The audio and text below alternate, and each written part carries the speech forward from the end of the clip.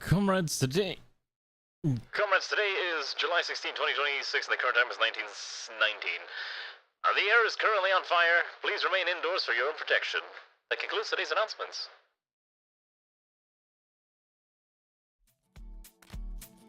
この番組はご覧のスポンサーの提供でお送りします。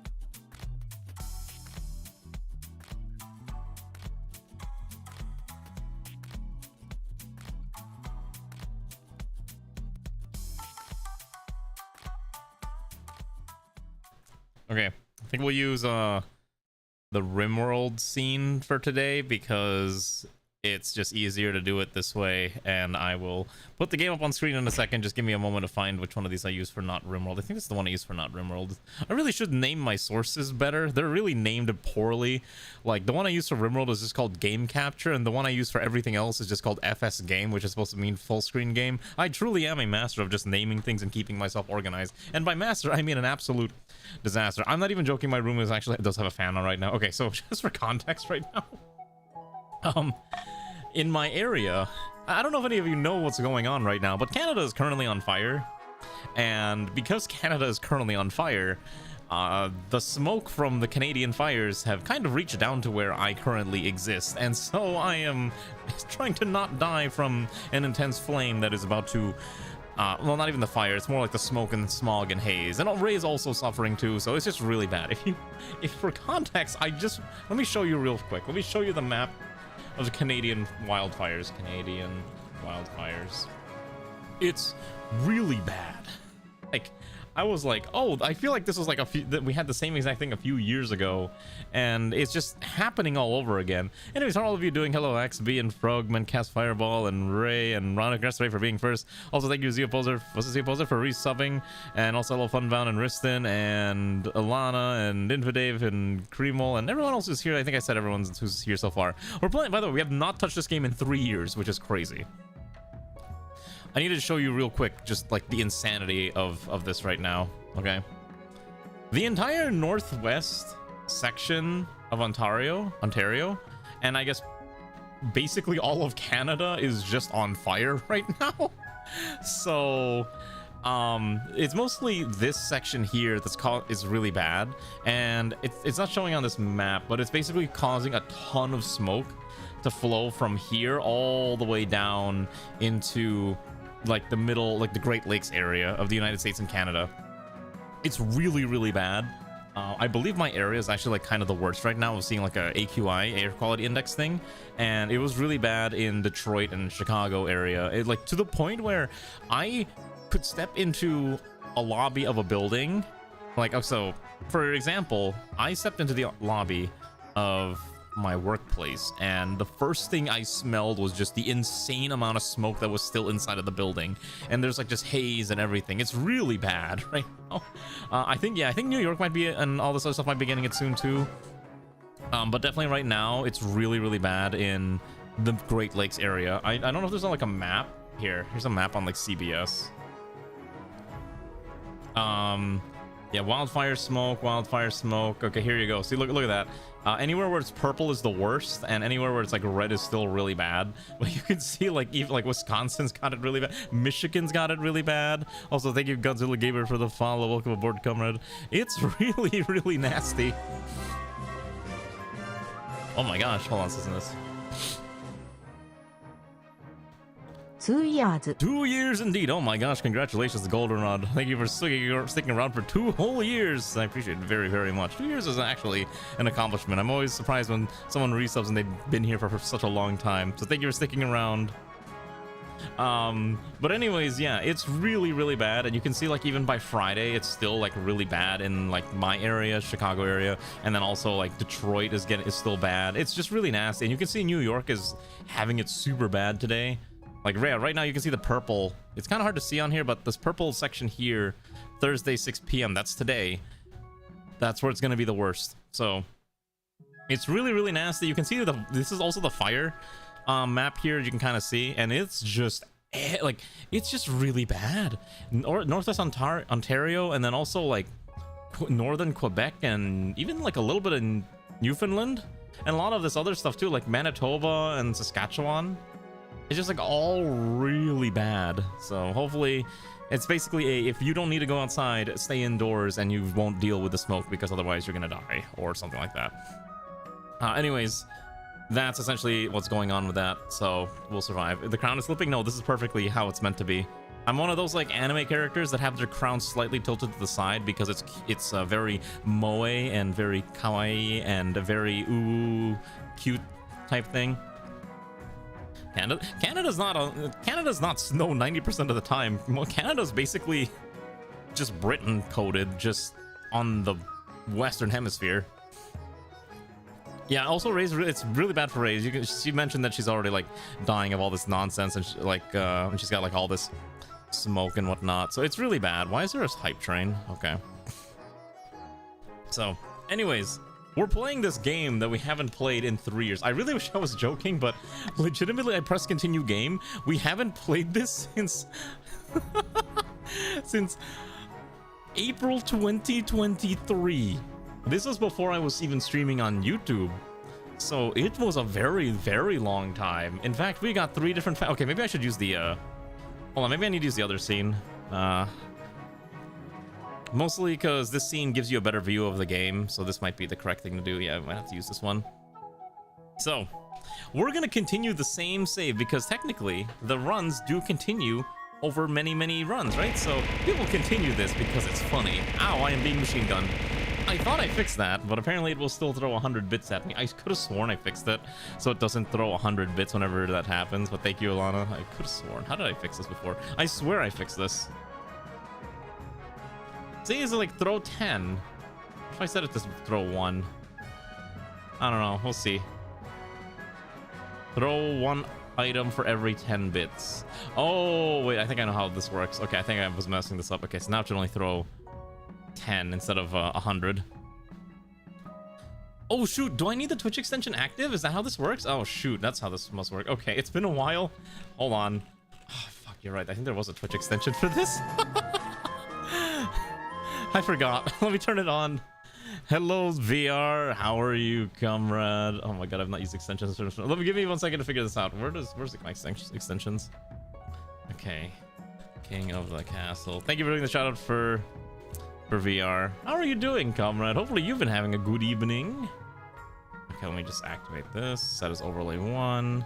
Okay, so there should be an extension now. If you don't see it, I do highly recommend you just you just reload the stream, and you should see a King of the Castle thing. Anyways, thanks VR. How was VR Cat? I know that's what you were kind of doing, so hopefully it was a grand old time visiting VR Cat.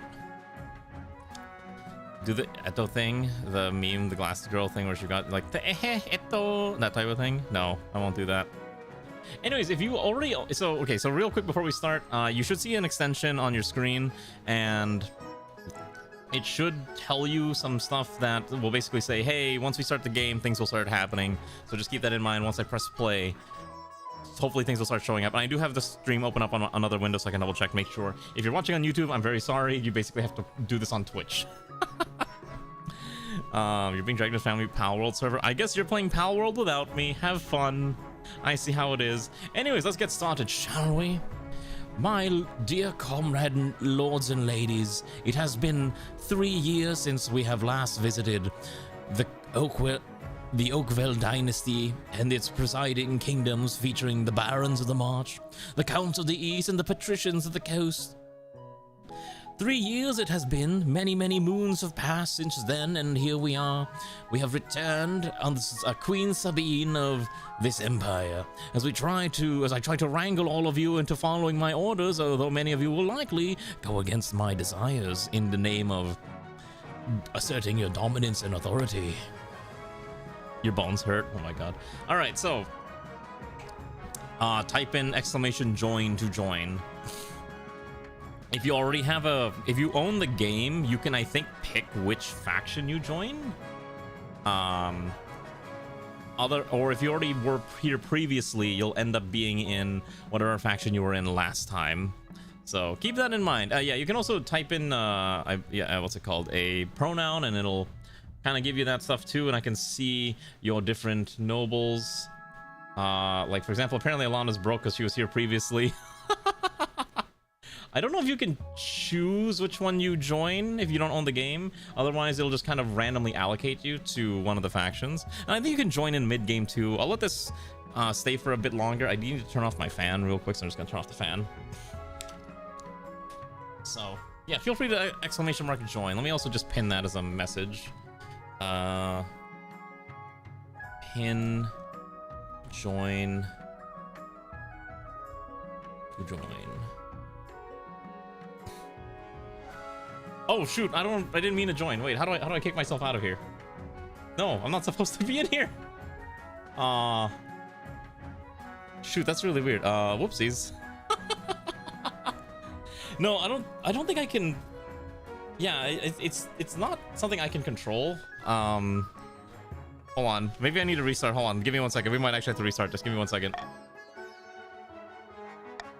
Okay, sorry about that. Please restart. Please type in exclamation mark join. I'm so sorry.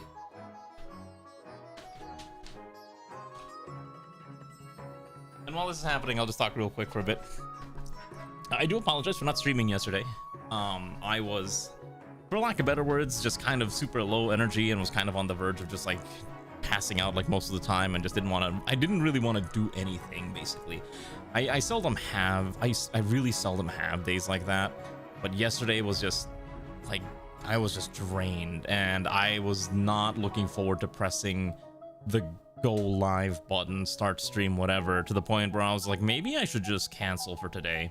And so I made the executive decision after I took a shower. I'm like, let me just not stream and just relax for the rest of the evening. And so I basically spent all evening playing what's it called, playing like Forza and Space Marine 2 and some Battlefield, and just hoping that would be enough to maybe help me relax. And thankfully it was a good enough time to just chill out and not have to worry about anything.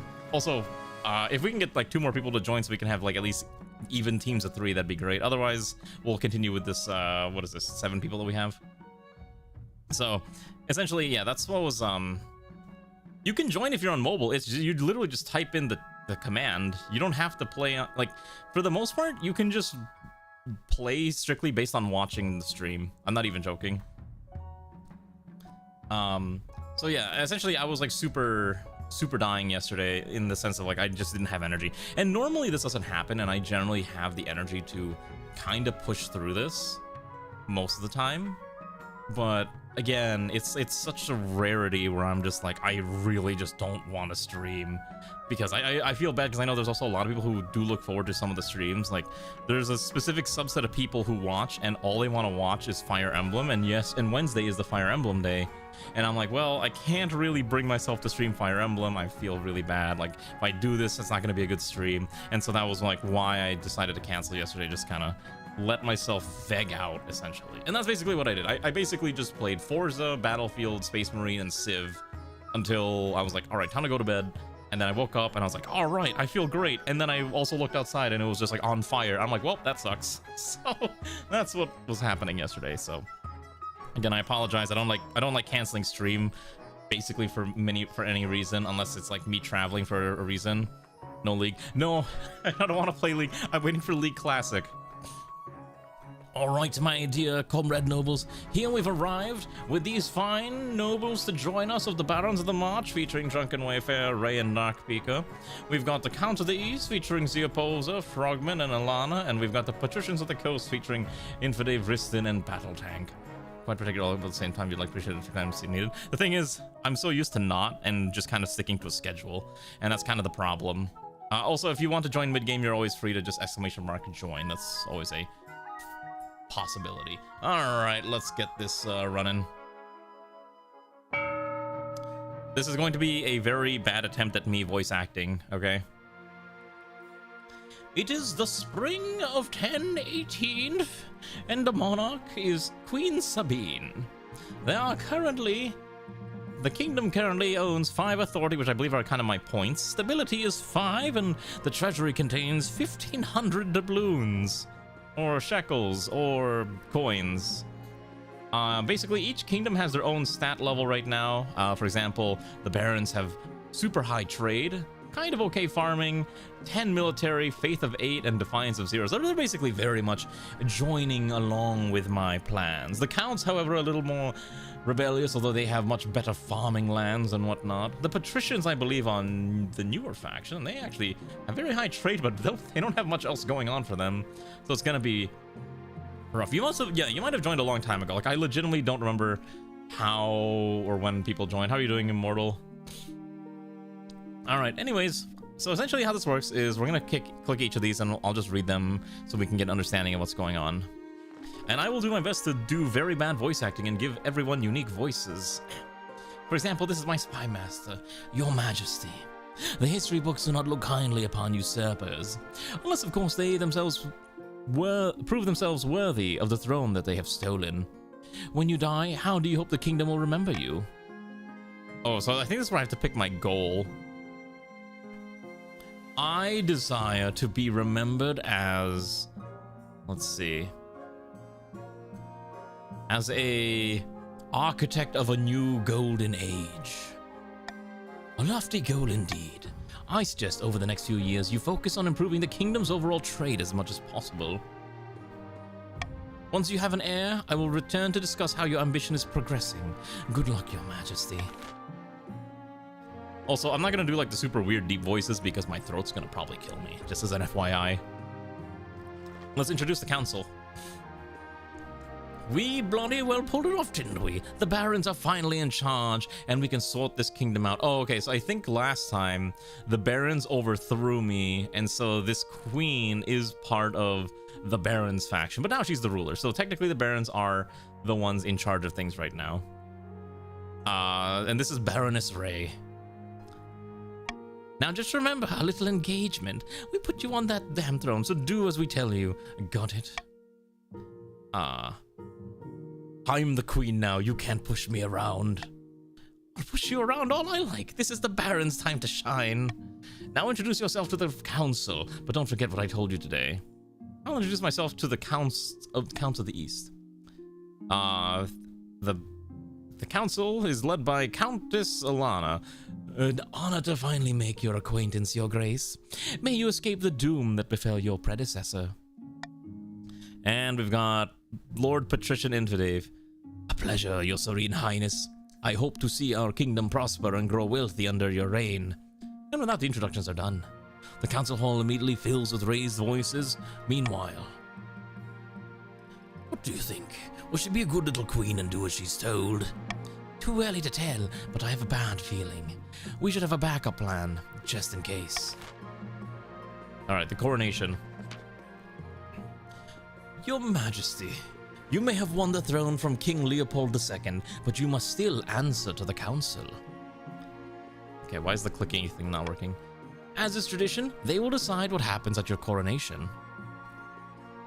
But this is my coronation.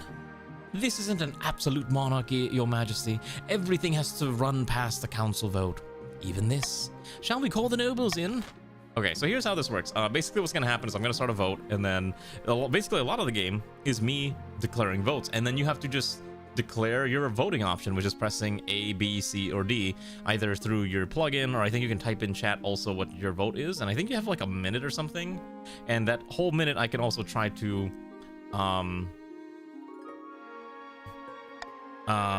convince you. Also, I can choose one of these powers to manipulate the choice. For example, I'm going to choose to veto one of these, and I'm going to veto the what kind of coronation should be held for the new queen.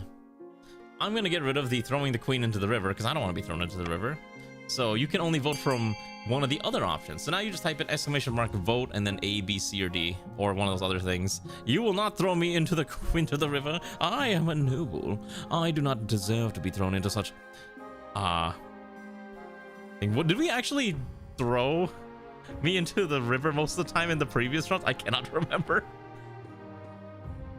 Exactly. I refuse to be thrown into the river. I am too regal for such a thing. I cannot let... Oh, that was fast. All right, vote's over. Troops shall bear the queen through the streets atop a shield. And that's essentially how the game works. And then we'll read the consequence of this. So you can see military went up for the patricians. March is already max military, and the East has a little bit more military power. Soldiers from across the kingdom take part in the parade. They've even outfitted an impressive new equipment for the occasion. As you climb up onto the shield and hold your sword aloft, you realize that this is not going to be easy. Your arm quickly starts to hurt, and your soldiers stagger and groan under your weight. I'm sorry, what? Sure enough, one of your shield bearers trips on a loose cobblestone and drops you face first in a puddle in full view of the city. At least the only thing hurt is your pride. I can't believe I am a chunky queen. Hello, Kahila, good evening. When your mom place we want to go for fumigation, you had burgers. I mean, burgers are pretty good. We're playing the funny King of the Castle, so this is one of those things you kind of have to participate on the Twitch side for, but you're free to listen in otherwise. All right, so here's our kingdom. I think most of this doesn't really matter. Okay. There should be another flag that gives me an event. Oh, end the season. Okay. Isaac of the Xantherji bloodline, charismatic marcher Helion, stands before a blazing hearth, roaring with arms outstretched. What a coup. Sabine now sits on the throne and the barons are in charge. But the other regions will be already scheming to depose her. Do we stay loyal to the new queen, or cut our losses and put me on the throne instead? Voting is open. Should the barons stay loyal to Queen Sabine or scheme to place their new claimant Isaac on the throne instead? Okay, so this is the barons need to... So anyone who's on the red team has to decide what is going to be your goal for this run. Yeah, only barons can vote for this one. If you're a baron. If you remember being a baron. If no one votes, that's going to be really awkward. I think it just randomly chooses otherwise. Okay. Oh wait, I can let it sit here for a little bit. All right, I'll let it sit for a second. I think with only 3. Actually, can I see who the nobles are? Okay, there's actually 4 red nobles. Interesting. Okay, I guess it's gonna be A. The barons, the nobles have voted to be a loyalist and help aid the queen, me. That settles it then. Glory to the queen and glory to the march. But we can always change our minds. If Sabine ever gets out of line, we can take up arms and get rid of her the old-fashioned way. The Baron's goal is to aid the queen by countering the other region's schemes as much as they can. They will win the game if the queen produces an heir and completes her ambition. However, if defiance gets too high, they can still change their minds and rise up in rebellion. Alright, it's time for the purple people, the counts. Dimitri of the immortal artisan dynasty, well-known political fixer, leans delicately on the podium, sighing. My fellow counts, in ancient times the East was its own proud kingdom. We can bring back those days of glory, but not while the false queen Sabine wears the crown. What scheme should the counts pursue to overthrow the new queen and place their preferred claimant Dimitri on the throne? You disown this one, I see. I'm gonna give that... Alright, that's gonna be the accent for the counts. We're gonna give them like a vaguely Eastern European accent. It'll be great. It'll be so cursed. Let's see, who's on this side? This is Immortal, Frogs, the opposer, and Alana. Okay. Actually, maybe... that's probably fine. Seems like it's gonna be Possession for this one. Okay. Lower Own Defiance. Got it.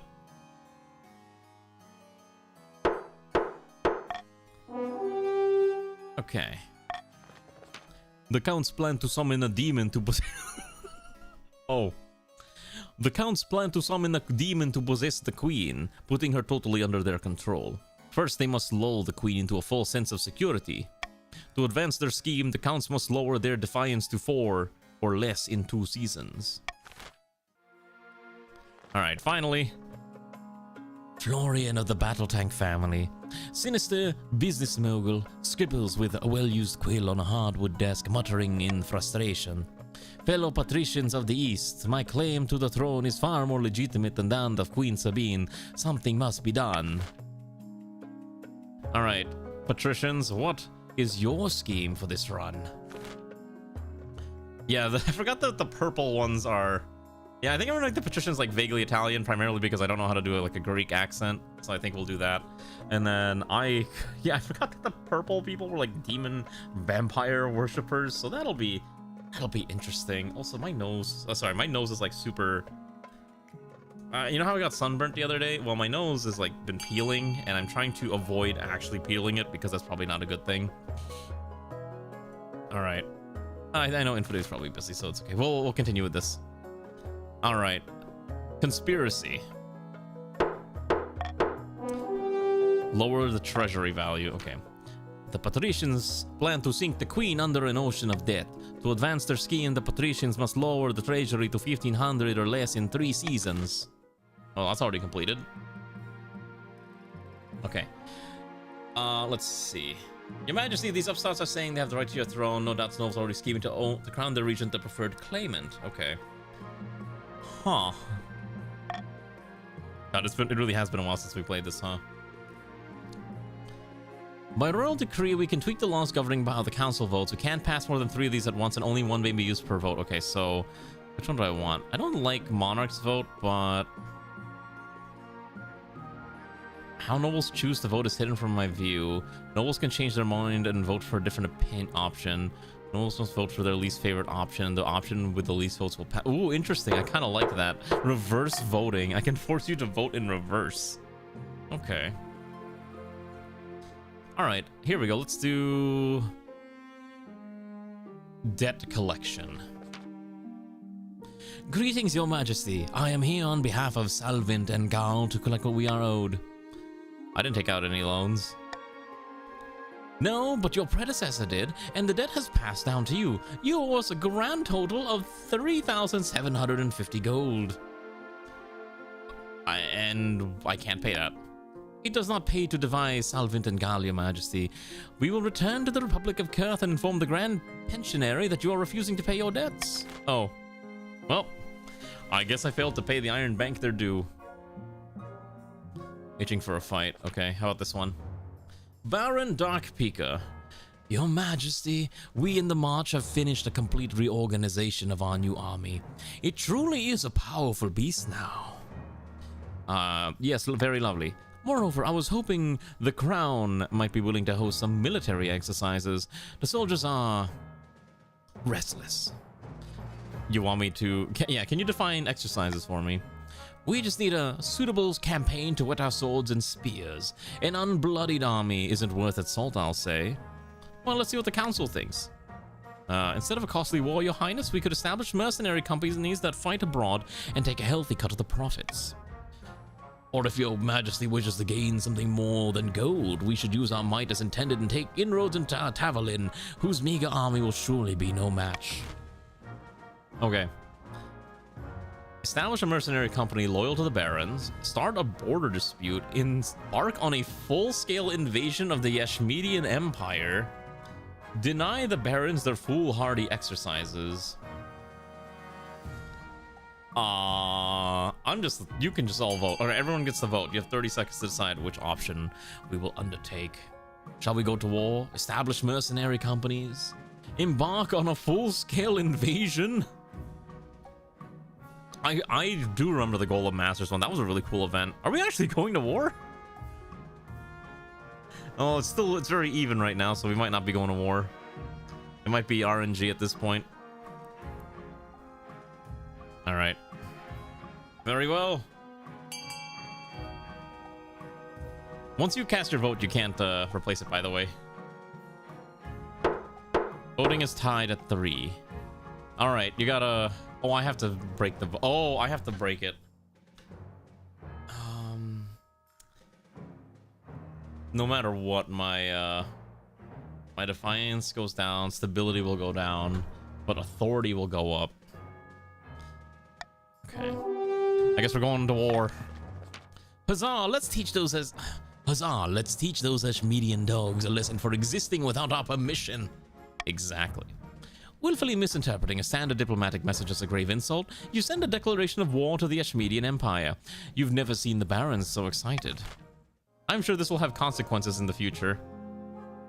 By the way, this is the Ashmedian Empire. Oh, you gotta refresh. Yeah, you might be a little behind. Honor guard. One evening, you're sitting up in a bed, reading some paperwork, when a filth-encrusted peasant wanders into your bedchamber as bold as brass. Oh, your Marge. Glad I finally found you. This bloody place is a maze. Mind if I take a seat? Get the guards here. But your palace watch are nowhere to be seen, despite you yelling yourself hoarse. Who let this man in here? I got a bloody great idea for you. What if gangrene could be cured with moldy bread? I haven't tried it yet, but I've got a good feeling. Before the peasant can explain further, your marshal bursts into the bedchamber, sword drawn. Your Majesty, I'm so sorry I didn't come sooner. I have no idea what the palace watch are. Do you want me to kill this intruder? Wait, we can vote on his idea. Wait, we can vote on his proposal? Whatever you say, Your Majesty. She goes and gathers up your council, who trickle into the hall in their pajamas, rubbing sleep from their eyes. They don't look particularly pleased to be woken up. Should moldy bread be used to treat infected wounds? Yes, the pilot program will be in the east. Yes, the pilot program will be in the coast. Yes, the pilot program will be in the March. I'm gonna veto this one. Okay, we will do this, but you have to decide which of them will it be.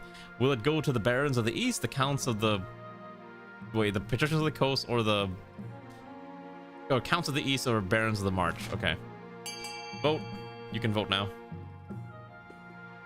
This is a very interesting option. I can't believe we're getting antibiotics of all things. This is so stupid.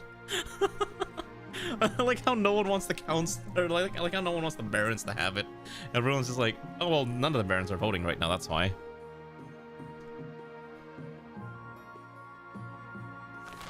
Yeah, like I said, once the vote's there, it's kind of locked in. I think if it's tied, I have to choose myself.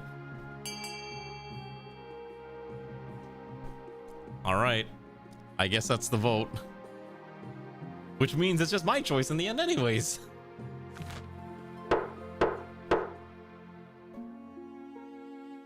Please, Your Grace, our army in the coast is so weak. I'll just make the military stronger. Well, the March doesn't need it because they're already like maxed out in military, right? Supposed to be for the east. Alright, well, in that case, we'll give it to the east for this one. Alright. Under the peasants' close supervision, injured Eastern soldiers eat moldy bread to stave off infection. To everyone's surprise, it works. The Eastern military is soon fresh and healthy, and the new medication is rolled out across the kingdom. Everyone's defiance has gone down, stability has gone up by a lot, and the Eastern military is now a little bit more capable. The success of this idea is not... Did we really just invent antibiotics? I can't believe that drunkard was right. Yeah, democracy never fails. Your Majesty, if that peasant had been a maniac with a crossbow, I dread to think what could have happened. If one thing's clear from this mess, it's that you need an honor guard who can actually keep you safe, not like that pathetic watch. Think carefully, Your Majesty. These guards' loyalties will be divided between you and their region. Of course, you could just hire foreign mercenaries. They'd be loyal to coin above all. Baron Drunken Wayfarer arrives. No need to ask, Marshal. The Queen knows that our veterans are the only ones with experience of real warfare. Tell me about the veterans of the March. These soldiers have fought more battles than they've had hot dinners. They'll be uncouth, no doubt, and won't adapt well to life in the palace, but they're loyal and tough as nails. What about the Eastern Knights? The Order of the Drowned Rose are highly respectable. They'll understand palace etiquette, but it's been years since they fought an actual battle. They mostly write poems these days. Tell me about the Coastal Gladiators. A gang of low-born crooks who've turned themselves into celebrities through their skill at chopping other people to bits. They're vain and selfish. The skill in battle is undeniable, but can you trust them? I have made my decision. I will be taking in the veterans of the March, because I know they are on my side. I'll make arrangement at once. The veterans arrive a few weeks later. They march into the throne room in perfect formation before lining up behind your throne, hands on their sword hilts. Each soldier sports a bigger scar than the last. You would find out someone. Unfortunately, that poem's not going to be enough to convince me, because I know the barons have my back. They will trust me in all that I do, and so I shall let the barons of the Monarch become my honor guard. And thus, the season of the summer of 1018 comes to an end. Bong. Oh, I didn't want to do the mercs. I think it was going to be fine. Okay, so nobles use their personal wealth to bid on buildings, and only the 2 highest funded will be built. Use the command !fund XY, where X is the character code and Y is the amount you're pledging. Alright, you can help build things for the kingdom. That's right, this is the part where... Oh wait, do I have to press start auction? Wait, are you allowed to vote now? Or do I have to do something else first? Anyways, here's the things that you can vote on. There's a monument which improves authority. Let's see. Oh, I have to start it first? Okay. Oh, there we go. Okay, you got a minute. All right, get funding. Which one do you want to fund? Are you... I do think it's kind of funny that you're broke. I don't know how you... It must have been from the previous run. Yeah, you have nothing in the treasury. And I can't just give you money. I'm so sorry. Oh, it looks like we're going to be getting an observatory, which will reduce faith. Interesting.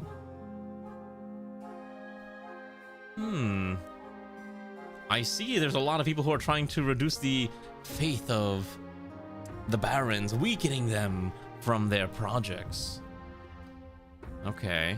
Meanwhile, I guess the patricians really need some... I really feel bad because the patricians have, like, nothing.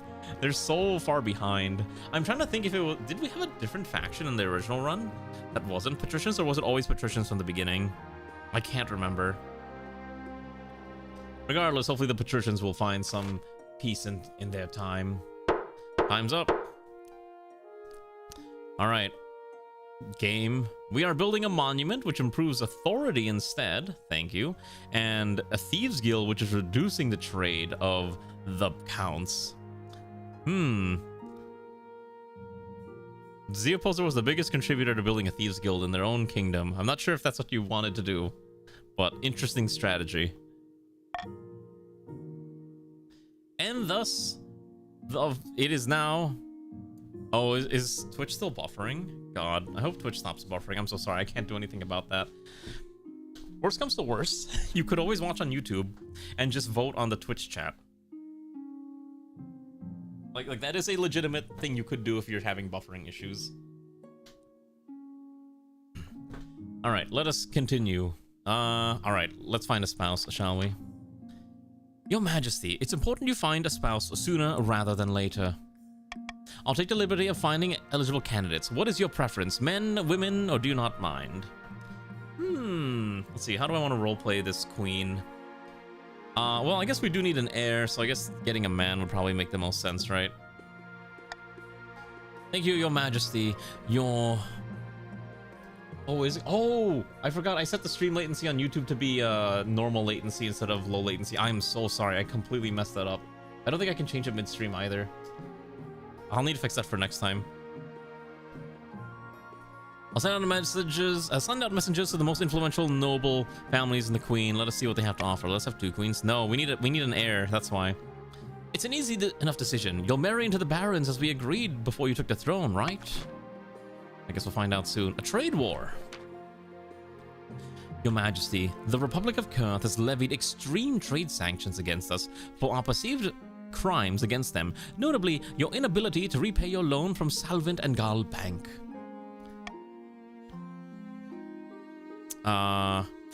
We don't need Kurth. They're our biggest trade partners by far, Your Majesty. Our economy is basically on fire now. And what can we do about it? That's for the council to decide. Kurth must also be suffering from this, but we can't afford to wait them out. Our people will soon run out of basic necessities. Alright. Here is today's vote, or this vote. What should be done in the face of Kurth's trade war?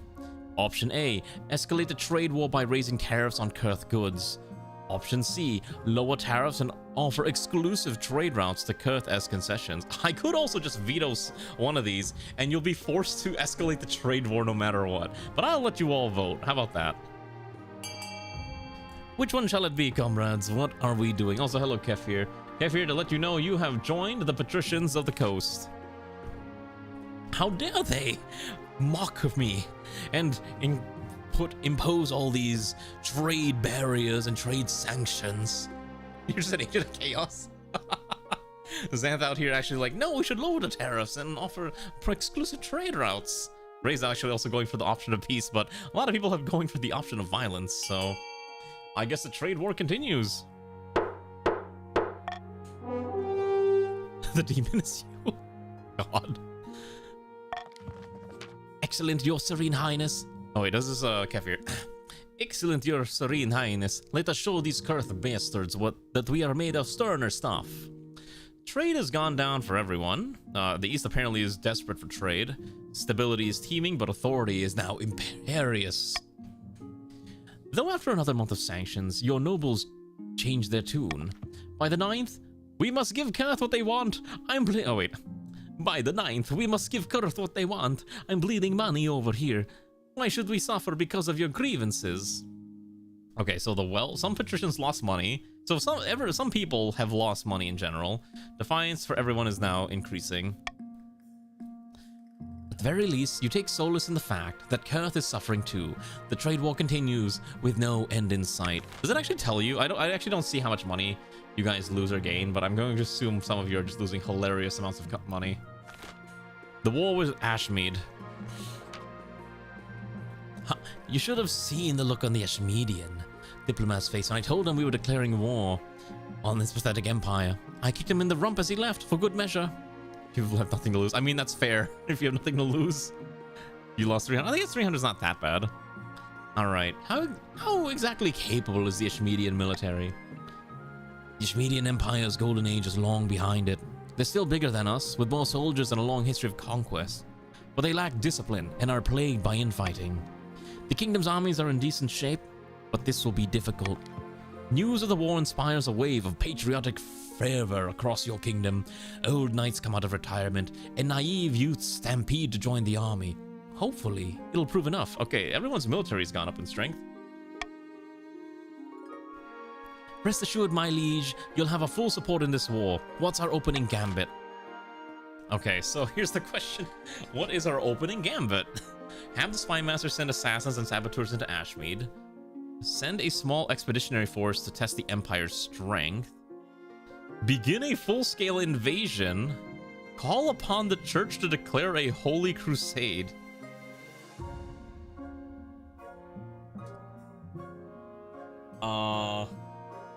I guess this... I don't know what this percentage means. I don't know. Holy crusade sounds really fun. I'm gonna put that as my vote. All right, get your voting in. Get your votes in. What will it be, comrades? How will we embrace this? By the way, every vote for D is counted twice because that is my choice, but you may choose not to vote for it either. Okay, everyone wants to send the small expeditionary. Got it. So I'm just looking for my ring box. I need to take my ring off real quick. My finger's getting a little swollen. I need more water, I think. Well, seems like everyone's kind of voted already, so this is going to be interesting. Chris is the only one who wanted a full-scale invasion. Lana's the only one who wanted to join in the Holy Crusade. Honestly, the A is probably the smarter option, but I think our stability is so low, which is why the victory chance was super low on that. Okay. We shall send a small expeditionary force to test the Empire's strength. A good decision. Let's see what we're up against. I shall accompany you, of course, if you must. Your Marshal and Baroness Ray ride out at dawn, accompanied by a single hardened regiment. You wait anxiously for the report. When the Marshal returns, she is alone, nursing an arrow wound in her leg. Military challenge failed. We met fierce resistance at the border. Baroness Ray got a spear through her windpipe. We retreated in disarray. I can't believe Ray died. Is she actually just dead?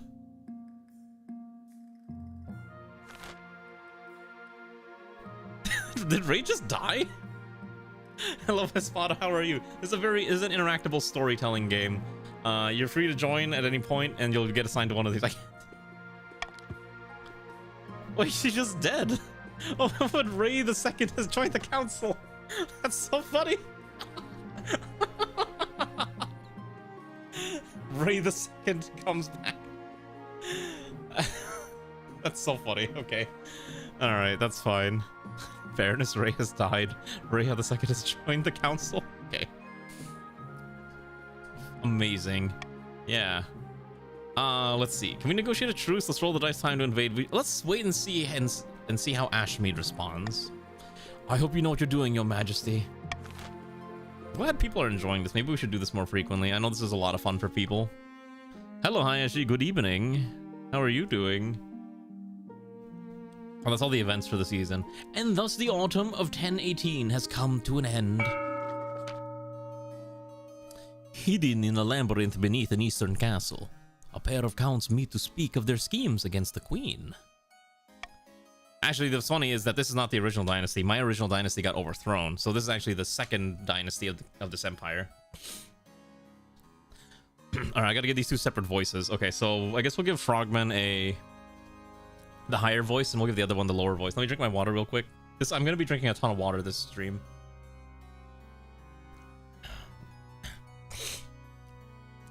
The Chancellor sent me a fruit basket last week to thank us for our efforts in helping the crown.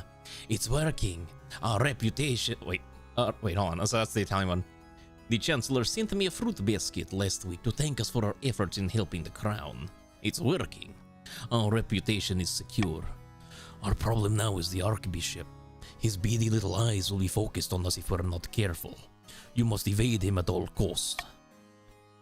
For the next stage of their scheme, the counts must lower their faith to 4 or less in 4 seasons. What is their faith right now? 6? Okay. Well, we got time. Here we go. You can set taxes for each of the regions or bribe regions to keep them sweet. Each option is defined. Okay, so I have to decide what I'm gonna do. So I can bribe or I can tax kingdoms. Okay, so let's see. I think the green people have a lot of money, so I might tax them a little bit more than normal. I need some cash. Let's see, so that'd be... Yeah, I think I could tax them. You have a lot of money. And then... Let's see. I will... Do I need a bribe? I guess I could. Let's see. No, the problem is I need to keep... See, I'm trying to keep my money above a certain amount, see? Because I'm trying to stop the patricians from their scheme from succeeding. So I'm going to keep the treasury up by taxing them. I see their schemes. I will take their money so that they can't scheme against me. And I will provide a standard tax for everyone else. Alright. Their defiance is now insolent. Immortal is now the richest noble amongst all of you. How does that make you feel? And thus winter begins. We'll do the invasion one last. Eligible options. You feel nothing. Wait, how much money do you have, Ranu? Oh, you have a lot of money. I have found 3 potential matches for you. 1 eligible young man from each of the kingdom's 3 regions. Choose wisely. You'll be securing a powerful alliance. But if I don't want to marry any of them? That's a decision that can wait until after you've seen them, isn't it? The Chancellor leads you to the Great Hall, where they have arranged 3 portraits on easels. For now, each is covered by a cloth. Wait, I don't even get to meet them? There's no sentiment. Time for sentiment. You just need a match that befits your station and suits your political needs. No, see, Ray died and then her second came along. Her heir. They whisk away the cloth from the first portrait. This is Alistair, the eldest son of the Eastern Elanus dynasty. He's a good-looking one. And not a bad word is said about him. Everyone likes him. I don't know, his bald head kind of off-putting. Spends most of his time with a fencing master, mastering the blade. I've heard rumor that he's training himself for some epic confrontation with an old rival. An intriguing candidate. From the coast, we have Leon, the wealthy heir to Lord Patrician Espada's estate. He's got a reputation for honesty and fair-mindedness. That's rare along the coast. His interests are typical of the coast. Money, money, money, and making more of it. But to his credit, he gives a lot of it to charity. Could be worse, could be a lot better. And finally, we have the March's offering. A Maximilian, scion of the prestigious Ranu bloodline. A timid fellow. Not the kind that does well in the March, bless him. Perhaps the palace will suit him better. He can always be found at a card table, drunk as a skunk, betting away his inheritance. When he's deep in his cups, apparently, he mutters on about revenge. Is that all? Alright. What do you think? By picking candidate, you'll anger the other regions, but you'll gain a lifelong alliance. Okay, so hold on. So Alistair was the one that is a fencing master. Maximilian sounds like a drunk. Leon is the coastal candidate. All right, give me a reason why I should pick your candidate. I think I already know which I'm gonna take, but I'd like to hear my council's opinions. You don't get to vote anyways. I get to choose. That's right. Eastern one's great at final defense.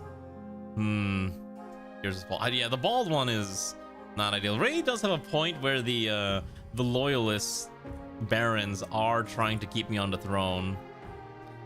So maybe he does have potential. That's true. Being bald is not exactly the desirable trait you think it is for this queen. For Queen Sabine. With some dark magic can fix that. Max is he is a drunk, but maybe he's not. Let's see.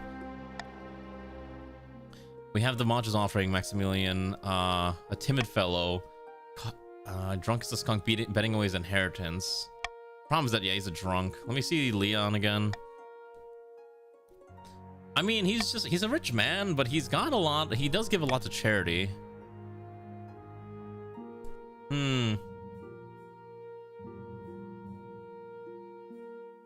I'm feeling like this man might actually be the correct character. I gotta lower their defiance too. I was promised. Oh, that's right. I have to keep my oath to the barons. But I could refuse them and go against them, but that might anger the barons enough to make them betray me. That is the ultimate question. Can I afford to anger the barons? Or will I forge my own path? They're already gonna betray me. I don't know, right? It sounds like they haven't betrayed me yet. Maybe I need to do this in order to appease them after getting one of them killed. I will take Maximilian of the March. Excellent, I shall make arrangements. The coast is now aggrieved. The east is now insolent, but the coast is now loyal. Further sanctions. Rebel? I don't think you do it that way. I'm trying to keep my treasury up. Bad news, Your Majesty. The Republic of Kurth has not only expanded our sanctions, but they've cut us off from other trading partners across the Gross Sea and beyond. We've been embargoed. Oh, everyone's trade is going down. Only the Isle of Sal still trades with us, but their economy is even smaller than the East's. Alright. How do we fix our trade? Do we deepen our ties with Sal, offer concessions to Kurth to end the war, or do we become fully self-sufficient? What is my main... I actually don't remember what my main goal was. I actually forgot. Oh, I'm trying to get my trade to max. That's right. Yeah, that's right. I have to make my max... I think that was it, right? Max out my trade or something. So... which one fixes our trade? Oh, God. I could also just block out become self-sufficient. But that would improve my authority quite a bit. Defiance would go up significantly. I actually can't afford that. I go into the negative. I will veto C. You are not allowed to vote for C. You must either deepen our ties with Sal or offer concessions to Kurth. But you will not. I will not allow us to become fully self-sufficient. We cannot afford to do that. The kingdom, the treasury cannot bear such an expense. How can we do that when we lack the funding to do so? Shall we deepen our ties with this trade partner, or shall we just end this petty trade war and move along and enjoy our mutual ties of economy? I'll let the vote run for a little bit long. I'll let it basically run for another couple seconds. I really wish I could make the timer like a minute. I feel like 30 seconds is not nearly enough for most of the time.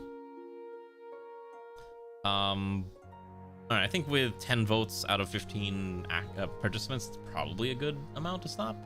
There needs to be more counts. I don't know why there's like this many barons and like only 4 counts.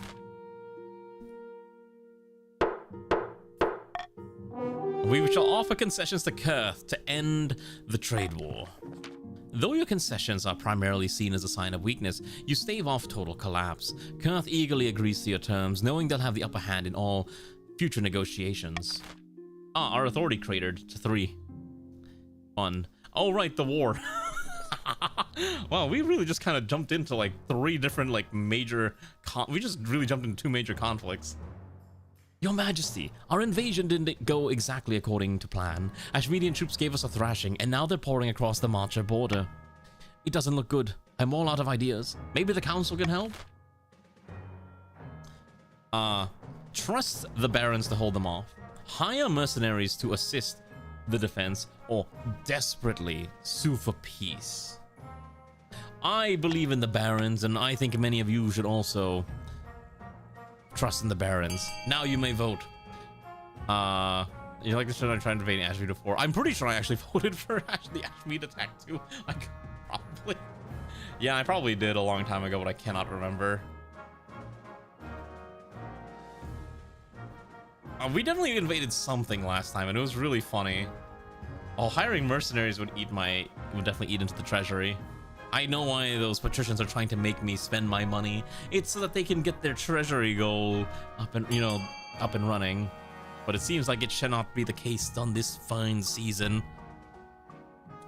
We trust in the barons. That's why they have a 9 strength in military. If they die again, that's gonna be really bad. Well, it's not me you need to convince. You need to convince your other fellow nobles. It's actually a 6-6 right now. You're gonna hit us with a Goldfinger play? Alright, I'm gonna close the vote in about like 5 seconds. Maybe I should have like a second timer on screen.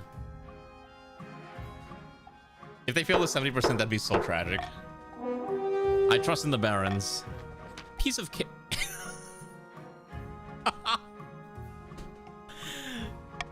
Baron Hayashi rides off to muster your defenses. The wait is excruciating.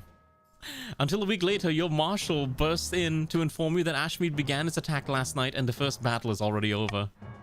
It was a terrible battle, Your Majesty, but Baron Hayashi's troops were overwhelmed and he was gravely wounded. Arrow in the stomach. He's not expected to survive the night, but at least he died a hero. Meanwhile, those of us who are still alive are in serious trouble. Alright, Hayashi's dead. Hayashi too has joined the council. Good to know that we're off to a great start. This war is off to a great start. The Ashmedian troops are flooding across the border into the March, and the March's military strength has dropped significantly. Ooh. It's a fine mess. What are we gonna do? You need to push them back. We need to push them back. She snaps a salute. I'll do my best, Your Majesty. Over the next month, Ashmedian soldiers, accompanied by enormous stomping war golems, win several key victories over your troops and occupy much of the march. They loot shops, pillage churches, and raise farmlands. Oh my god, the march is just on fire. Faith is steadfast, farming is now needful, trade is struggling. Oh my god. The war may already be lost. Oh. The kingdom's already falling apart. Hello, Dr. Deathslinger. Deep in the back rooms of the royal palace, the Marcher barons are poring over secret letters and scribbled diagrams. On the wall is a corkboard filled with pins and crisscrossed by colored string. The queen has finally found a match, even if it isn't who we hoped. Now she just needs to get on with the wedding. Aye, and then get on with the baby making. The counts have been unusually quiet recently. They've been trying to get into the queen's good books, but I can't work out why. Then we've got to keep our efforts. Queen Sabine isn't going anywhere on our watch. The barons must continue to aid the queen by countering other regions' schemes. They will win the game if their queen produces an heir and completes her ambition. Again, my ambition is to have my trade at a certain point. Yeah, it just really ripped apart the whole marches. It's so bad. Also, hello there, Greywind. Hopefully you're having a good evening. You're free to join us if you want, if you're not already in the run, because this run is falling. Why is there no counts? Everyone's a baron. Okay. In a dingy seaside tavern, 2 patricians of the coast meet to plot their latest scheme. The treasury's not empty. The queen won't be tempted by our loan offers. Maybe we could arrange some sort of heist? Don't get ahead of yourself, Lord Patrician. This coup will be conducted entirely within the bounds of the law. We have our principles, after all. The patrician's aim is to lower the treasury to 1,500 or less. Okay. Well, they still gotta lower it, which is... And obviously the counts have to lower their faith as well. Okay.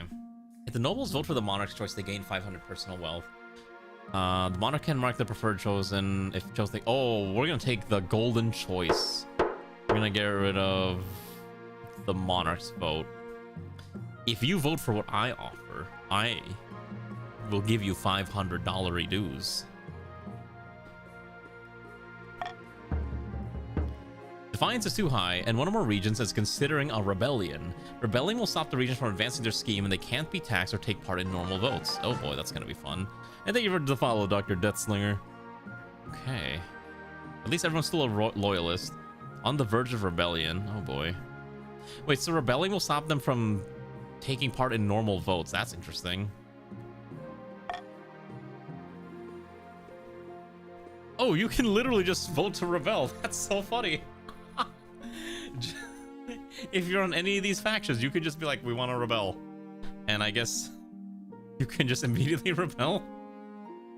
That's so funny. That's so funny. I didn't realize that's an option. What'd you say, Z-Poser? What do I think? What do I think about what? Oh, okay, well, 3 have already voted to rebel. Well, that's a lot of rebellions. Okay, well, that's gonna be fun. Well, let's at least do the royal wedding while that's going on. Your wedding to Maximilian is naturally the talk of the kingdom. Nobles and peasants alike travel from across the realm to attend. For a week and a day, the capital is one giant party. It feels like you're the only one not taking part. Instead, you're getting ready for the ceremony. Soon enough, you're standing at St. Bertrand's Cathedral with Maximilian at your side. Do you take this man as your lawfully wedded husband? Yes. Then I pronounce you queen and husband. After the wedding, of course, there's a feast. And after the feast, a dance. Your new husband, Maximilian, turns bright red every time a toast is called in his honor. Ah, the defiance has dropped down. Maybe the rebellion has stopped. Maybe this wedding is going to stop the rebellion. My authority's at least gone up. My stability's gone up. Okay. By the time you find yourself alone with Maximilian, it's past midnight, and you've never felt more tired. Oh, hello. Well, this is awkward. I hope you had a good time as I did. Wait, no. You too. You both lapse into strained silence. Maximilian gulps back his wine. You need to work on your people skills. I'm sorry. I'm just not good at this. After a moment's awkward silence, Maximilian abandons his wine and flees from the room.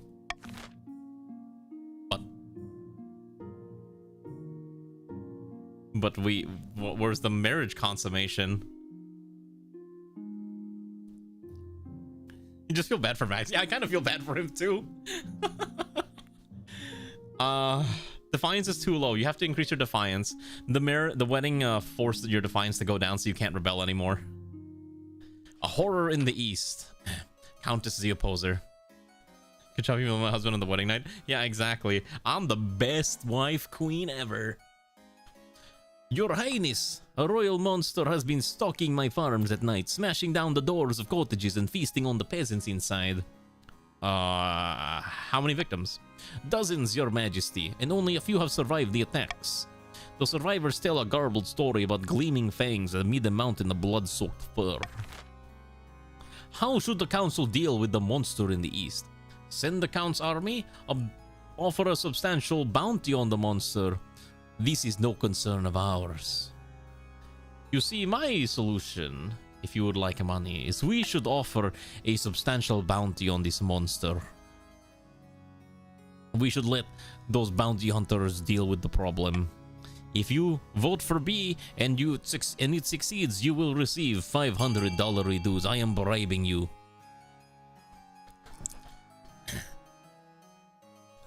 Unless you prefer a different option. I am trying to reduce the rebellion chance of those nasty counts to ensure that they will not rebel. Yes, exactly. Offering $500 dues is more than enough of a solution. Okay, so new nobles automatically join the regions with the fewest active players to make them appear imbalanced. But why is most everyone joining the counts? That's so funny. It's the money. Everyone just wanted the money. Yeah. So funny. It was like, as soon as money was offered, you're just like, yeah, I want the money. Okay. The bounty is placed. Hopefully some enterprising monster slayer will claim it soon.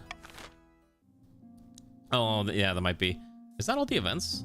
Ah, a hopeless war. Oh boy. Your Majesty. How did Oak afford all? That's my question. We magically made money appear out of nowhere because that did not eat into the treasury. Your Majesty, the Empire has occupied over half of the march and is still advancing on the capital. Our troops are in disarray. We're losing. But we haven't lost yet. Oh my god, I'm really tempted to press that. I'm role-playing this queen as like some kind of like delusional we can win the war type person who will not take slights, who believes in the strength of the marches. That's why I'm making all these really weird decisions. We haven't lost yet. At this rate, it's only a matter of time. We need to make a desperate last-ditch attempt to drive the Ashmedians back. And if we fail, our goose is cooked. Oh, we can't assassinate the Emperor. Okay, so what do we have? Pretend the... Okay, how can the kingdom stop Ashmead from winning this war? Beg for a peace treaty, rally the troops for a final desperate battle, or pretend the capitals come down with the plague. I'm going... Okay, so you are not allowed to beg for a peace treaty. We must fight. We will either make them think there's a plague, or we will kill them with our in a desperate last stand. All right. If we had Gundams, that'd be great. All right, let's get this vote off to start. All right, what will you all vote for?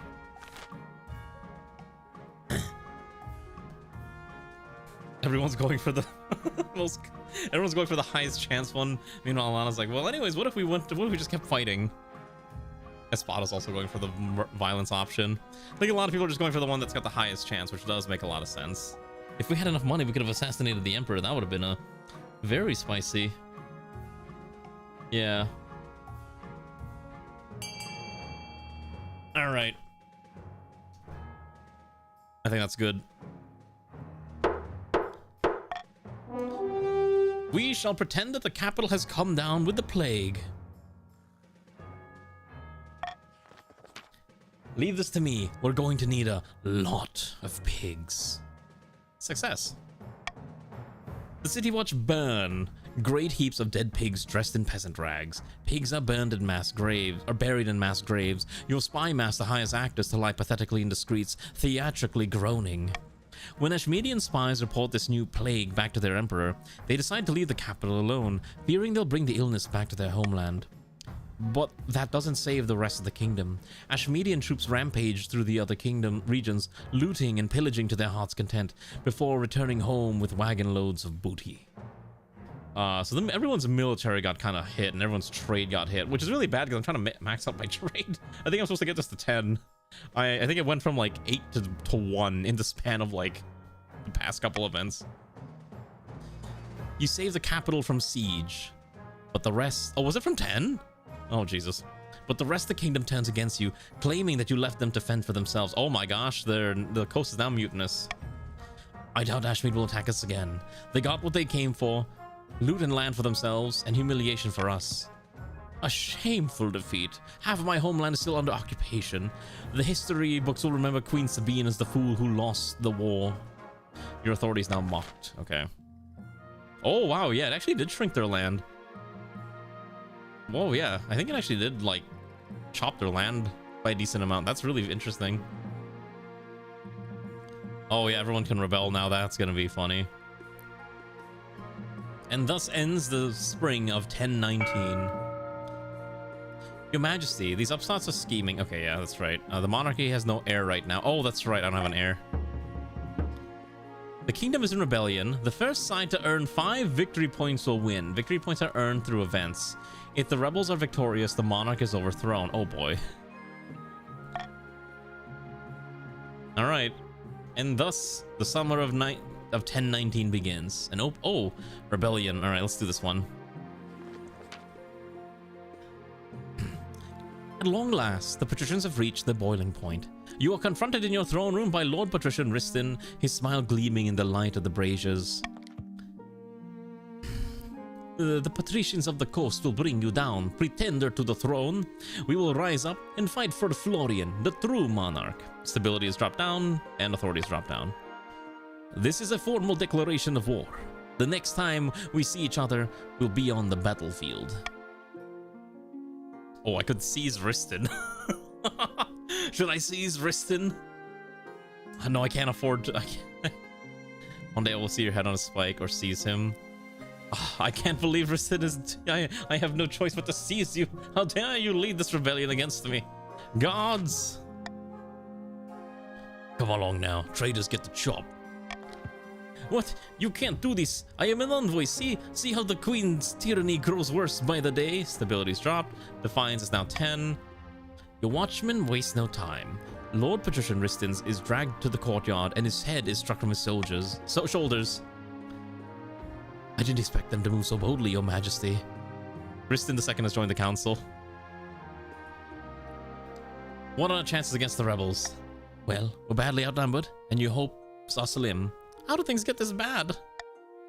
The leader of the rebellion is Lord Patrician Espada. He's citing your past transgressions as reason for the uprising. The trade war you started to avoid, repaying your loan, your humiliating surrender to Ashmead. Urge to murder rising. Yes, Your Majesty, hold on to that feeling. You'll need it. So this is it. Civil war. One does not simply kill the messenger and get away with it, but they did it in 300 something. This is Sparta. Oh my god, it's only been like an hour. This kingdom's already falling apart. That's right, Your Majesty. The kingdom is divided. There will be a lot of death and suffering before this is all over. I can't wait. I'll go dig out the trebuchets. Opening strike. My dear counts of the East, thank you for joining us in a righteous war against the tyrant Queen Sabine. It was in our best interest, enemy of my enemy and all that. Well, before you commit your troops, you must decide where to direct your opening strike. We can launch a preemptive strike against the barons to cripple their military capabilities. If we suspect the barons may not join our cause, we can call them to war. They'll be more likely to join us if the queen's authority is low. You could also call upon the church to condemn the queen. Or finally, you could send an assassin to nip this in the bud. Those are for the French. I don't know, I'm making them Italian. Alright, purples. Or counts. What will be your opening move in this rebellion? You have options. Although there's only 4 of you to vote anyways, so...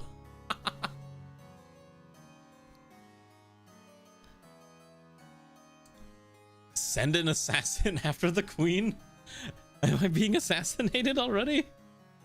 I guess I'm being assassinated. That was quick.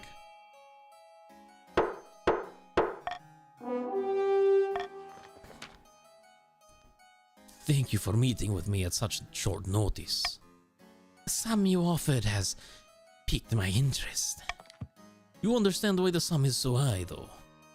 Mortal's wealth has decreased. Yes, you want me to assassinate the queen. It is no trouble. I am a child of the Viper. If you have the gold and you want the woman dead, she is dead. Get it done. Alright. Good news, Elena. In my latest sortie, I captured a leader of the Loyalist forces. A scourge on you. Oh, this is Dr. Deathslinger. A scourge on you, frogman. You boil-bottomed ninny hammer. Release me at once. Summon the gag our guest. I am tired of listening to his wittering. It's better. Now we can hear ourselves think. So, Elena, what shall we do with our prize? What will you do with Dr. Deathslinger, who is a prisoner of war? This is open to the purples only. Oh my god, I have never seen these events before. This is so fun. What are you gonna do to this, to this prisoner of war?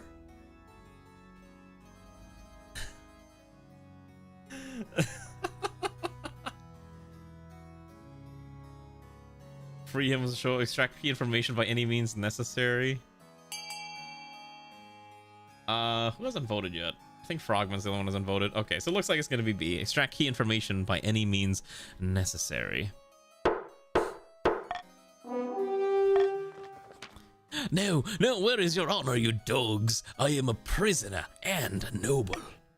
Dr. Deathslinger is dragged away and handed over to an expert interrogator who asks very pointed questions. Before Baron Deathslinger expires, he gives up some most useful information about marcher troop movements. Information which the counts put to good use, ambushing a column of soldiers and slaughtering them to a man. Word of Baron Deathslinger's poor treatment soon spreads back to the march. This only serves to draw the barons closer to the queen. And thus ends the summer of 1019, where everything is falling apart. Hey, it's time for an auction. What would you like to build, comrades? Look at that. We can build things. If you desire to build things. You're already dead. Yeah. Wonder. So. Yeah, what do you want to build? A prison? Oh, God.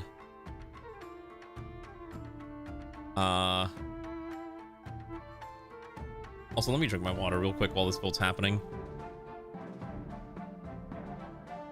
Yeah, I've never seen like a bunch of these events before. It's actually really interesting. I think it's neat. I think a lot of people just really hate this current queen.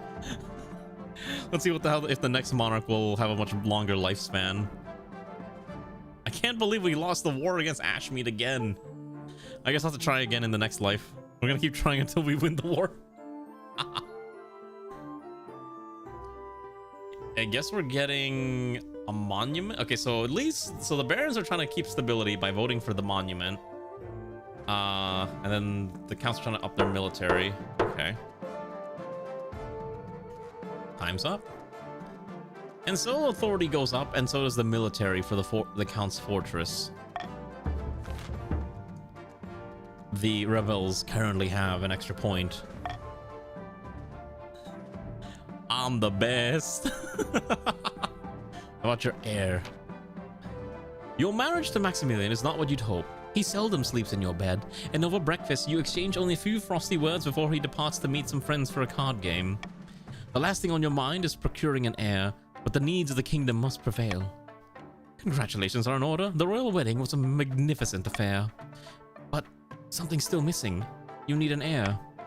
However, securing an heir is impossible while the kingdom is at war with itself. Defeat this rebellion, and then, and only then, is it worth looking to the future. I will talk to you again when the realm is at peace. Yeah, maybe going with the drunk was the bad idea. It is an evening unlike any other. You're sitting for dinner, your servants heaping your table with dishes fit for a queen. Goose-tongued pie, roast boar, jellied pigeon. As usual, your husband is at the opposite end of the grand table, as far away from you as possible. You'd have to shout to talk, but there's no conversation anyways. Of course, your wine glass is never empty, and you prepare to take a swig. Ain't you forgetting something, your majesty? Of course, each time your drink is refreshed, your honor guard takes the first sip in case of poison. It's highly annoying. Ninth above, what is wrong with our wine? Before your astonished eyes, the honor guard who sipped your drink turns a distressing shade of purple. Then his eyes begin bugging out like an excited pug. Quick, fetch the physician. Ignoring you entirely, he starts swelling, and swelling until he explodes, showering all the other honor guards, not to mention a few of your servants, with a foul-smelling purple liquid. Fortunately for your laundry staff, none of it splashes onto you. Yeah, he exploded apparently. Whatever was in that wine made his head explode. What was that assassin putting in my wine? Sheesh. Can't believe you got tortured to death. Yeah, you got tortured to death, and now we have exploding head guards. The poor bastard. As you speak, your voice dies in your throat. One by one, the rest of your slime-soaked honor guards are turning purple. Run for it. You turn tail and flee the dining hall, leaving your husband to his fate. Behind you, there's a series of grotesque pops as your honor guards and servants explode one by one until there's nobody left. Fortunately, Maximilian finds his own way out, but he's not exactly pleased that you abandoned him. A few hours later, you go over the horrific events at dinner with your spy master. Your Majesty, that must have been terribly disturbing. I need a drink. You still want wine? I suppose I can't fault your constitution. It is a very rare kind of contagious poison known as Einwick's cascadeur. It causes the drinker to explode, and whoever is touched by the remains also explodes. As you can imagine, the results can be catastrophic. We were lucky that only your honor guard and a few servants died. But that is a horrifying poison, I just want to point out. It's like, it's just a chain explosion. Who thought this was okay? Yeah, so you explode one guy, and if a little bit splashes on someone else, they all start to explode in tandem. That's so cursed. Who did this? One of the children of the Viper, the most feared assassins of the kingdom, no doubt hired by your enemies in the east. Einwick's cascadeur is one of their specialties, intended for causing maximum chaos. Yeah, this husband is not a very good husband, I'll tell you that much. We're still not sure how they access the wine cellar, but as a precaution, we're pouring away the rest of your stock, even the very best vintages. The gutters will flow red and white tonight. The council will pay for this. They will, your majesty. You can count on it. I just need some time to process this. The council stop at nothing, even murder, to bring you down. Thank the Ninth for your honor guard. May they rest in peace. Things could have gone very, very differently. You know what's really funny? My honor guard is also barons, and so most of them are dead now, too. Vast armies darken the landscape like shadows of clouds. Flags are flying. Drums are pounding in rhythm with the marching of boots. The kingdom is gripped with civil war. At least, that's what you imagine. Most of your time is spent in the safety of your palace, poring over a giant map with your marshal. Your Majesty, the army of the east... the army of the coast is trying to link up with the army of the east. If we take them both on at once, we'll be in real trouble. Our only hope is the barons. Against both armies at once, they'd be outnumbered, but perhaps they can take one of the rebel armies by surprise before the other two join forces. We have no choice but to strike one or the other before it's too late. What are your orders, Majesty? Which army shall... I think we just have to strike the patricians first. No, we must strike the counts first for sending an assassin after me. How dare they? Perish! Very well, your majesty. I'll relay your orders to the commander in the field. Hopefully they do as they're told. God knows. Treachery can thrive on a battlefield. Alright, to the barons only, so the red faction. What will you do? Follow the orders and send the marcher army to fight the counts, defy the orders and fight the patricians, hang back and let the rebels march on the capital without challenge? What will it be? What will the barons do today? Will you fight, or will you rebel? Will you fight for the queen that you've sworn loyalty to? I like this. This is fun. I'll let it run for a little bit longer because I think there's a bunch of other people who have to vote still. By the way, if you died, just remember you do come back to life, so you're free to keep voting again, as an FYI. You don't trust the queen anymore? Let me drink my water real quick. Oh shoot, I'm spinning too much. Hold on. Oh. So my chair spins, and I may have spun like almost 180 degrees. How many people can vote? There's like 7 barons, and we got like 4 votes. I guess it's probably enough. All right, so it looks like it's gonna be B. They're not willing to abandon me yet, so I applaud their tenacity.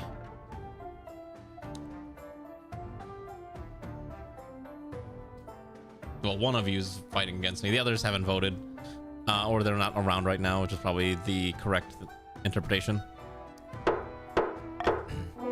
Defy orders and send the marcher army to fight the patricians. The whole city holds its breath. You stew in your palace, waiting for your marshal's return. Finally, she bursts into your throne room, drenched in blood and sweat of battle. Marshal report. Your Majesty, the barons defied your orders and decided to attack the patricians instead. At dawn, we drew up in battle formations. It's all very orderly at first, Your Majesty, but after the trumpets blow and the cavalry charge, it's nothing but blood and screams. Anyway, after the red mist lifted, I appraised the situation. The coastal line was breaking, and they were fleeing the field. It was a total rout, Your Majesty, with your loyalists scarcely taking a scratch. The 9th is with us. Alright, the loyalists have gained 3 victory points. Thank the 9th. Instead of 9th, you should thank the barons. Maybe send them some flowers. The coastal army is scattered all over the countryside. It'll be months before they can regroup. But now our armies are tired and the counts are still out there raring for a fight. We can only hope that our luck holds out. Only one's military checks against our own countrymen. Yeah, it's only 6v4 now instead of 6v1 instead of 7v4. I will lead the troops personally this time. I must advise against this. You'll be in great danger. And inspiring as your presence may be to the troops, your death or severe injury would destroy the morale completely. No, I'm sick of waiting around. We must put an end to this rebellion at the front. Very well, your majesty. I will prepare your armor and horse. We ride at dawn. Again, I am role-playing this queen as a somewhat insane individual. And I'm having a lot of fun with it.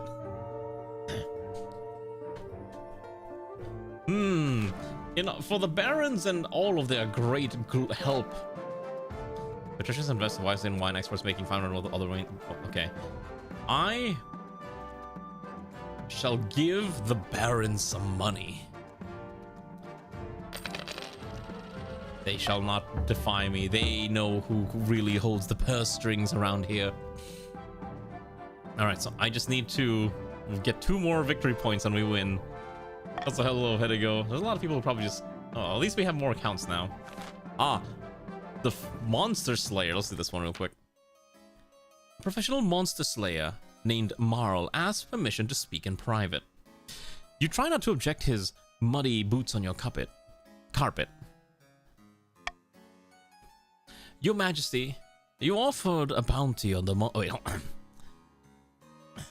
Your Majesty, you offered a bounty on the monster in the east, but the east is dangerous territory thanks to civil war. I must decline your offer. I understand. They leave. Oh, okay, got it. A few weeks later, in a skirmish between the barons and the counts, the eastern soldiers unleash a terrible beast upon the battlefield. Bigger than a bear, clad in midnight black fur, with claws and teeth like scimitars, it rampages through your marcher troops like a knife through butter, inflicting mass casualties.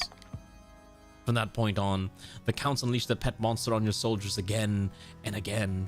Occasionally, they lose troops in the process. The beast is indiscriminate in its slaughter. Oh, okay, so everyone's military drops. Great. And shows up for funny King Dame. Oh, got it. I see. Well, hopefully, at least you enjoy. I need to emphasize that I don't stream this game very often, but, you know, we kind of pulled it out because last time I played was like 3 years ago. Maybe we'll do a few more of these in the future. The hundreds of marcher soldiers die at the monster's claws. The effect on morale is devastating. The rebels have gained a victory point. All right, let's do this one. An offer from mercenaries. Oh, okay, hold on. Your Majesty, a band of mercenaries from the Tatterlands have offered to support you in the Civil War. They call themselves the Iron Mercy. I don't know how much about them, but we can't afford to turn away any help. How much are they asking? 1,000 gold from the treasury. Could be worse, right? Let's run this by the council. Of course, Your Majesty. All right. For those who are able to vote, which I think is only the barons this time, because everyone else is not allowed. If you're willing to let the Iron Mercy fight for us, I will give you $500. My goal is to have 10 trade and survive to the end of my run and get an heir. Right now, I'm just trying to not die. Screw my blood money. Is it because I got you killed? Emphasis only barons can vote here because everyone else is rebelling. If you're not a baron, you can't vote.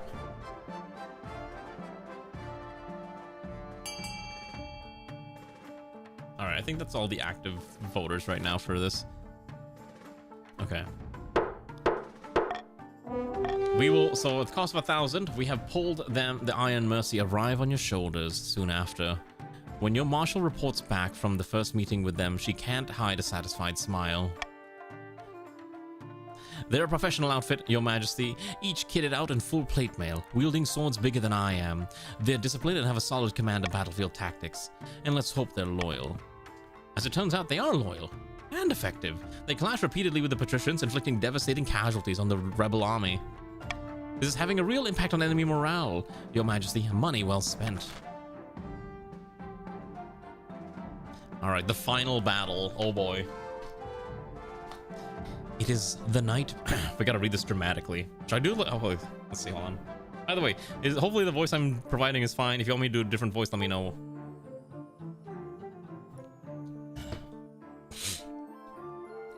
It is the night before your battle against the Counts. The atmosphere in the marcher camp is tense. On the journey, you've had to leave most of the luxuries of a queen behind. But your marshal was good enough to ensure the royal command tent is always well stocked with wine. Drink only enough to steady your nerves. You take a sip. Your hand trembles only slightly. Tomorrow we fight. How are you feeling, Your Majesty? Oh, we're gonna do another round after this, don't worry. I usually stream for like 4 hours.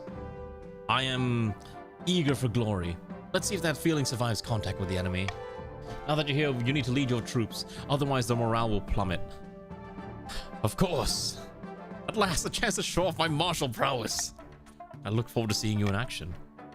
The next day, at an ungodly hour, you climb onto your warhorse and ride out with your troops to meet the Counts on the battlefield. The sky is blood red. Flags whip in the wind, horns blow, drums beat, and both sides are in battle formations, with the enemy visible only as 1,000 gleams of swords and armor. Your troops are looking at you, and they expect a speech. Oh, my authority's not that high. They can take your lives, but they can never take my life? Wait, that's such a funny one. I want to do that one. They can take your lives, but they can never take my life. Your soldiers reply with a half-hearted cheer. Their hearts aren't really in it. Hang back with the archers. Charge. Hang back with the archers. Rather than risking your neck out on the battlefield, you decide to hang back with the archers. Close enough to the action that people can't describe you as a coward, but far enough away that you're probably safe. You watch from afar, your heart beating in your ears like a drum, troops clashing back and forth across the churned, blood-soaked mud, clouds of arrows dropping down, soldiers dying in second. I don't like the 25%. Thank you, Floofy Kitty Cat, for the follow. All right, let's see. Streamer luck? Streamer luck? All you can do is watch and hope.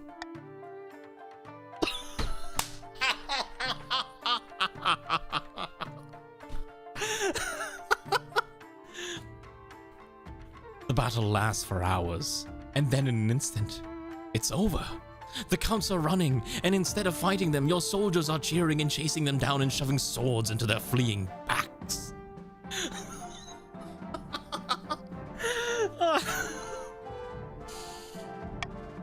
Your marshal appears at your side, still astride her horse, a fierce grin on her blood-speckled face.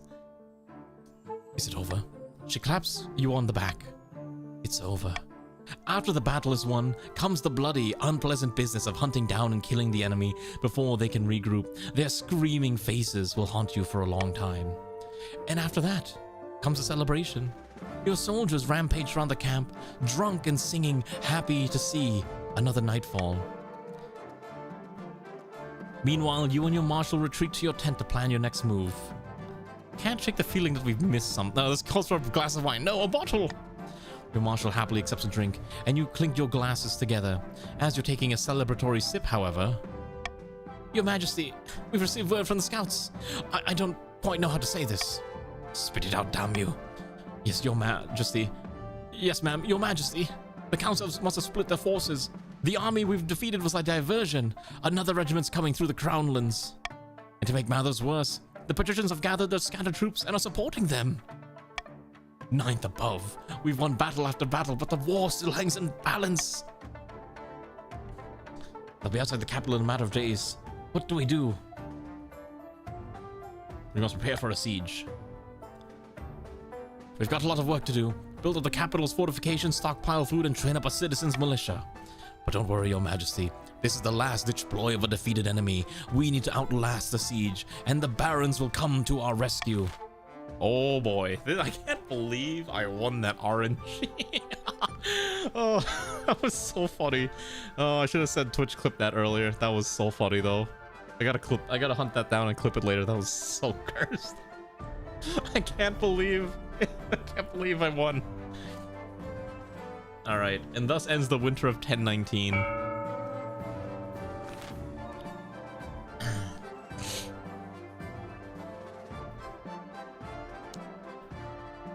swing votes. We'll take swing votes and replace reverse voting.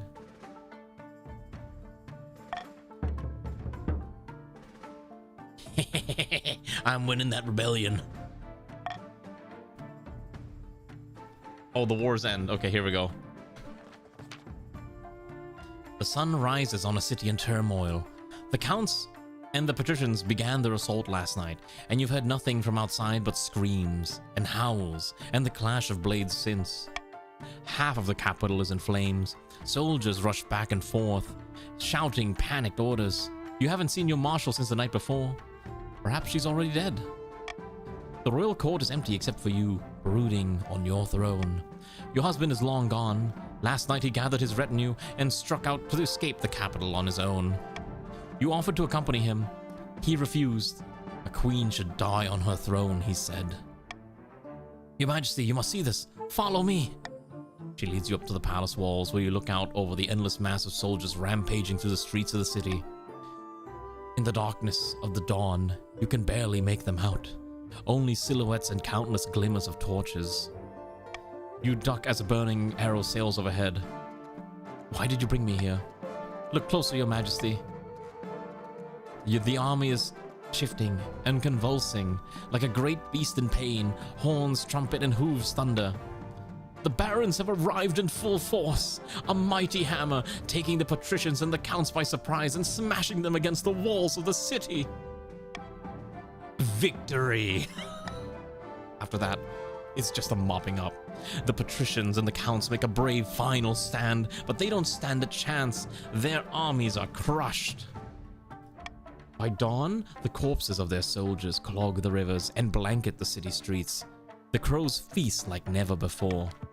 Soon the march army is parading throughout the city, waving their banners and showing off their loot. Meanwhile, Lord Patrician Espada, the leader of the rebellion, is brought to you in chains. Common folk crowd into the palace to watch the trial. We were doing what was right. Someone had to put a stop to your tyranny. Ooh. I could offer peace. Do we go with the peaceful option and put an end to this war? Throw him into the dungeon? Or do we lop off his head? What would a crazy queen do for this rebellion? We already killed the other one, right? We already killed Riston. Did we kill Espada too? Let's see. So I think this queen would off their head. All right, everyone's going with that. I'm hearing a lot of people calling for death, so... Stiff-backed and silent, Lord Patrician Espada is dragged out to the city square and led up onto a platform before the roaring masses. The executioner's axe falls, the head bounces onto the crowd, and the common folk kick it around and cheer. And just like that, the coast and the east are defeated. The kingdom is yours again. Ah, yes, I have defeated the rebellion. The rebellion is over. I have no idea what the teams are always unbalanced. As you sit resplendent atop your throne, the common folk raise a mighty cheer. Long live the queen, they shout. Long live the queen. I can't believe I lost a trade war. I lost a foreign war. The kingdom is in shatters. Our military doesn't exist anymore. But we won the war. I don't have an heir though, which is the problem. A count rides to a remote, unremarkable spot of moorland. Soon, another joins that. Alright, enjoy Power World, Ray. Unfortunately, my peasants are getting dreadfully devout. We're in no state to make a move against the queen. It's far too dangerous. The High Inquisitor will pounce as soon as we do anything. The count's aim is to lower their faith to 4 or less. Yeah, unfortunately my treasury solo that the patricians' conspiracy continues.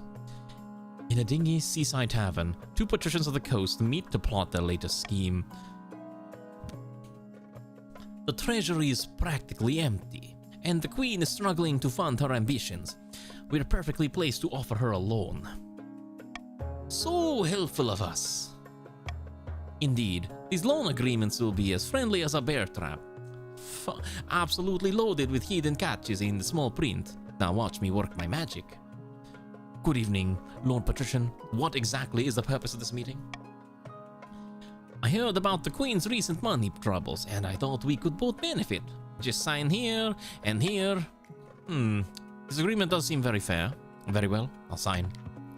The Queen will be pleased. Good night, Lord Patrician, and may the ninth bless you. Okay, so Riston and Battle Tank lost some money. I gained a lot of money, but they have progressed on their scheme. See, easy as pie, but it's not enough to bankroll the Queen. The rest of the kingdom must be in debt to us as well. To advance their scheme, the patricians must have the highest trade of all regions in 3 seasons. They already have the highest trade. Will the others fight them off? Who knows? The monarch still has no heir. Yeah, we gotta get an heir soon. Alright, a delicate matter. How about this? As usual, Maximilian has spent the day out in the gambling house, winning some money and losing much more. In other words, as far from you as possible. But after you've eaten your separate dinners, he approaches you, looking worried, but resolute. Yeah, he's back in town. He's back in town after where he was. I've endured this so-called marriage as long as I could bear, but I simply can't do it anymore. Your Highness, it's time we part ways. I want a divorce. Why? You really don't know? This comes as a complete surprise? My own homeland, the March, is stricken with poverty. Merchants are swooping down and gathering all the coin they can while my people scramble for coppers. You're supposed to be doing good things for my people, not abandoning them. This was never going to work. It's over now for good or ill. I called the Archbishop to witness the divorce ceremony. Yes, very good. Good evening, Your Majesty. I know this is awkward, but I'll ensure it all goes as smoothly as possible. I need someone to bear me an heir. Surely you can't support this. Your Majesty, I care about the kingdom, and King Consort Maximilian was very convincing that the kingdom is better without him being married to you. Alright, let's get this done, my liege. You can't divorce me! I'm divorcing you! Very well, you are now divorced in the eyes of the kingdom. Okay, so unfortunately this will kill my stability and authority and defiance. That's it? King Consort Maximilian wanted this done efficiently. Soon, Maximilian is ready to leave. The achievement was your marriage ends in a divorce. Yeah, I should have picked Leon after all. He was the richest one of them all. I wish it had gone differently. Good luck with the kingdom, Your Majesty. Then he's gone, leaving you in the palace with no one but your huge household of servants, the palace watch, and your inner circle of advisors, practically alone. Word gets out. The kingdom is shaken by the news. In the capital and beyond, everyone's gossiping about what happened. If I had only picked the bald one or the rich one, this wouldn't have happened. Why are we throwing things at me? Hails rebels, Your Majesty. You rejected my dear Maximilian, my own blood. This is an outrage, says Ranu. Actually, he divorced me. That's not the point.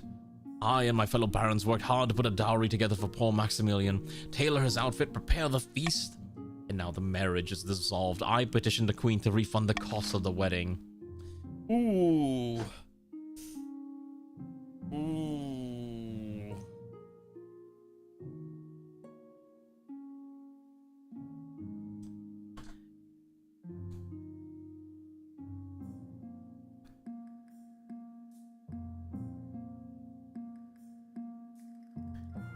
I'm not allowing a refund. You can choose the other option. You can either I can either give you animals, or I will hand nothing over. You will not take my money. That's right, I'm invoking the power of the veto.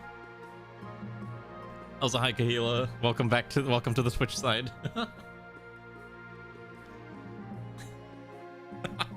What will it be? I like that we have a lot of people now, so that at least the votes are going crazy. I love it. I love seeing this. I need to use the restroom soon, by the way. I may need to take a quick like a quick 2-minute break after this season. All right. Oh, that's really even. You enjoy gambling? Well, it seems like we're gonna be handing nothing over. All right.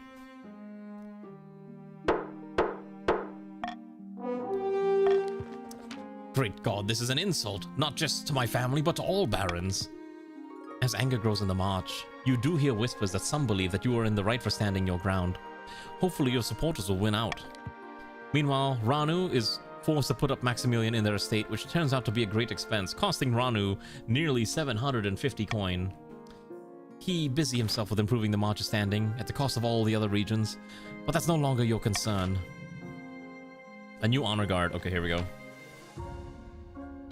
The deaths of your honor guard in the line of duty was a tragedy, your majesty, but we don't have time to mourn. We must replace them at once. The queen needs protection.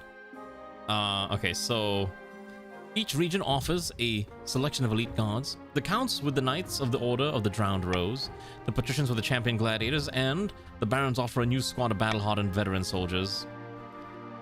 Of course, since your previous honor guard were marcher veterans who will never live to collect their pensions, the barons refuse to send any more of their hard-bitten soldiers to die in your service. Okay, so I can either take the mercenaries, the gladiators, or the knights. I think I'll probably take the knights, honestly. The Order of the Drowned Rose are highly respectable, and they'll understand palace etiquette, but it's been years since they fought actual battle. They mostly write poems these days. That's true, I can't trust anyone. I could go with mercs. Let's see. What about the gladiators? Yeah, they're basically literal gladiators. What about the mercs? There's a band of fearsome fighters from the Tattered Lands who call themselves the Battle-Bitten Brethren. They specialize in bodyguard work, but they're costly. Hiring foreigners will betray a lack of confidence in our kingdom's fighters. I don't want to spend money. I don't want to lower my authority either. I don't need an honor guard anymore. I think we'll take the knights. Yeah. I'll make arrangements at once. The knights arrive a few weeks later. They are all extremely pale and polite. The commander introduces herself with a florid bow before reading out a poem she's written for the occasion. Oh, right, I forgot the question about the heir. Now that the kingdom is at peace, you must seek an heir. Your heir needs to be someone young, whose loyalty is assured. A child of your own would do the trick, even if they're a bastard, or the youngest of your many cousins. Okay, so because I had a divorce, I have to either legitimize a bastard, take my youngest cousin as my heir, or adopt a lowborn child from the orphanage. Yeah, I'm sure there's a bastard lying around somewhere. The church won't be happy, but they're just as keen to avoid a civil war as we are. They'll legitimize the bastard without much fuss. I will meet with the Archbishop tomorrow. Alright, and thus ends the summer of 1020. It's time for... Yeah, there's a lot of orphans, but no, none of them. We need our own. We have to keep the bloodline pure. Okay, I'm gonna use the restroom. I'll let you do the auction vote while I go use the restroom, okay? I'll be right back.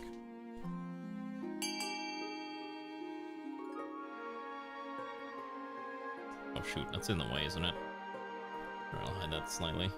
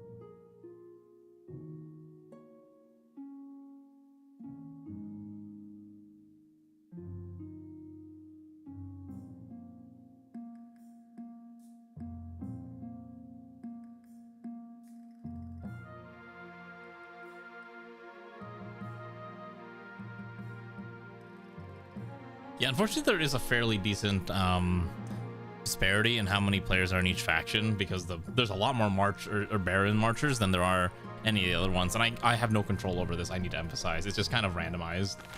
So anyways, I saw Ranu snipe in just like a last-minute bid for the cathedral, which was so funny. The commands are just kind of like what's up here. You have to just see it on screen, and you should be okay. Otherwise, a lot of times it's just like, if you need to do a vote, it's like !vote letter. Alana definitely wants to try to get that demon possessing the queen at some point. I can see the plan happening. All right. Ooh, looks like all the events today are part of the patricians' territory. I have no idea how many let's see. So, what are the active patricians? I know Risten's one of them. Espada's, I think, sometimes active. I don't know if Battle Tank was active or not. I know Infidave is probably doing some Minecraft-related nonsense or something. I don't know. All right, a prediction. This is double M. Your August Majesty, excellent news from beyond the sky. As your August Majesty knows, I am an amateur astronomer. I have seen that the solar eclipse is on its way, visible from the coast. We must encourage the kingdom to gather beneath the dark sun and experience this once-in-a-lifetime event. What are we throwing things at me? Did I have to check Twitch or Discord? Yes, I do. Oh shoot, I gotta check something real quick. Sorry, Ray, I need to do something very, very quickly. What in the world is happening? Hold on, sorry, Ray's having me check something real quick. Shouldn't take more than like a second. It seemed very important. Muy importante, as they say.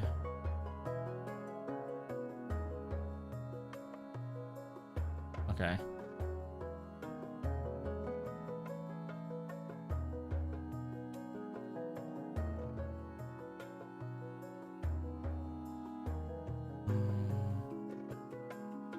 Oh, okay, hold on, I see.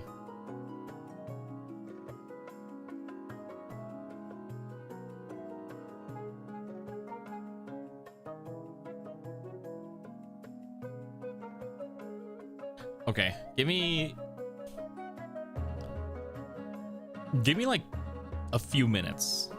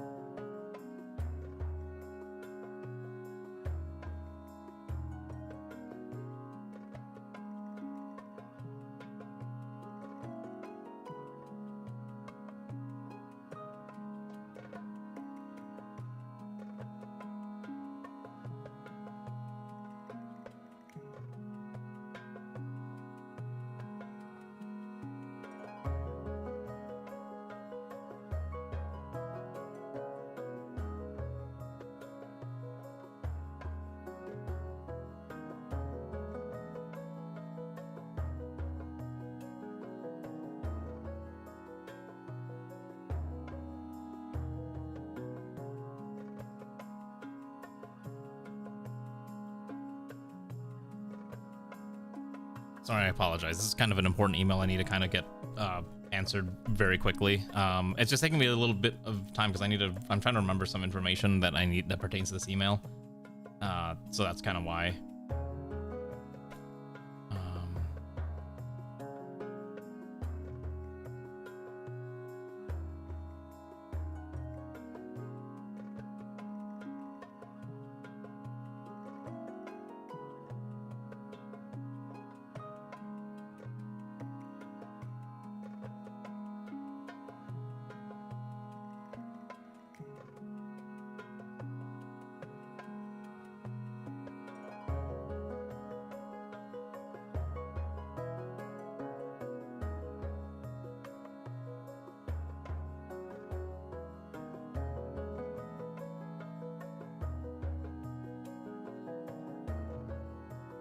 Okay, sorry about that. I'm gonna just answer this later.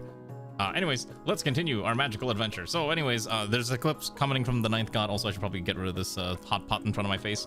All right. Hails bells know, an eclipse is warning from the ninth god, a sign that the kingdom has fallen to shadow. All the nobles start talking at once. Some are excited, some are horrified, and some are, but all are very loud. How should we prepare for the eclipse? Oh boy. All right, so everyone, what would you like? Focus on the holy protection against this eclipse. Encourage visitors to the coast to witness this event. These sun-obsessed fools should focus on their land and not the sky. I would like to encourage visitors to the coast to witness this event, because mostly I want to get more of that trade going. I want some of that trade.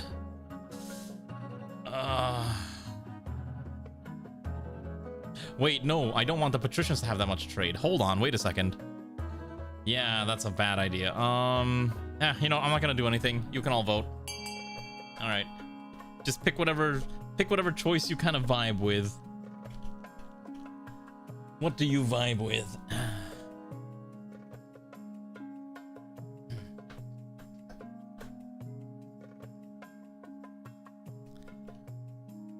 Seems like a lot of people want the sun-obsessed fools to work on their land and not anything else, as they should be, to ensure that their farmland actually doesn't suck. Although there is a decent amount who also desire for a holy protection against the eclipse, which is also kind of interesting. Also, hello Ziri, I saw you there. Ziri's a traitor. I don't think Ziri knows what's going on is the main thing. You gotta explain to Ziri what's happening. Did Ziri have any other money before this? Yeah, I think the Ziri's might be first time. Okay. The voting is closed. Those sun-obsessed fools should focus on their land, not the sky. Some of the patricians grumble that the council isn't taking the impending solar event seriously, but even the grumpiest have to admit that they're concentrating on their terrestrial assets yields a decent bounty. An arms shortage, okay. Your esteemed highness, the situation in the coast is dire. The patricians, the queen's navy is in tatters. So few ships remain that I fear we lack the presence to patrol our trade routes. We must bolster our dwindling forces in the coast. Who knows what will happen to our people without protection? What can be done to address the military's downturn of the coast? Hire a mercenary company? Employ traders from across the coast? The coast has no need of sailors, leave them be. Alright, you're gonna either hire a mercenary company or you're gonna employ traders, but you're not gonna leave them be.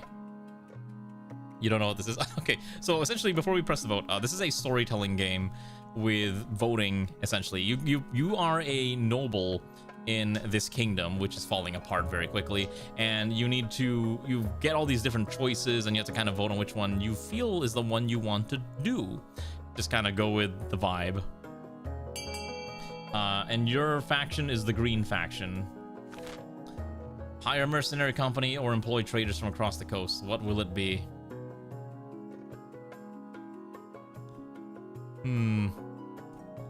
Although it seems like I'm gonna be losing a fat stack of my treasury, which is the more annoying part. But I can't afford to have the stability and go down anymore. Or you could employ traders. What will you all vote for?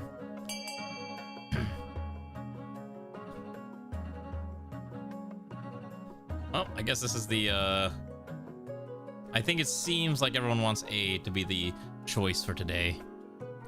You're the green team. Are you watching on mobile or are you watching on PC? If you're watching on PC, there should be mobile. Okay, so you're on, I'll just tell you right now, you're on the green team.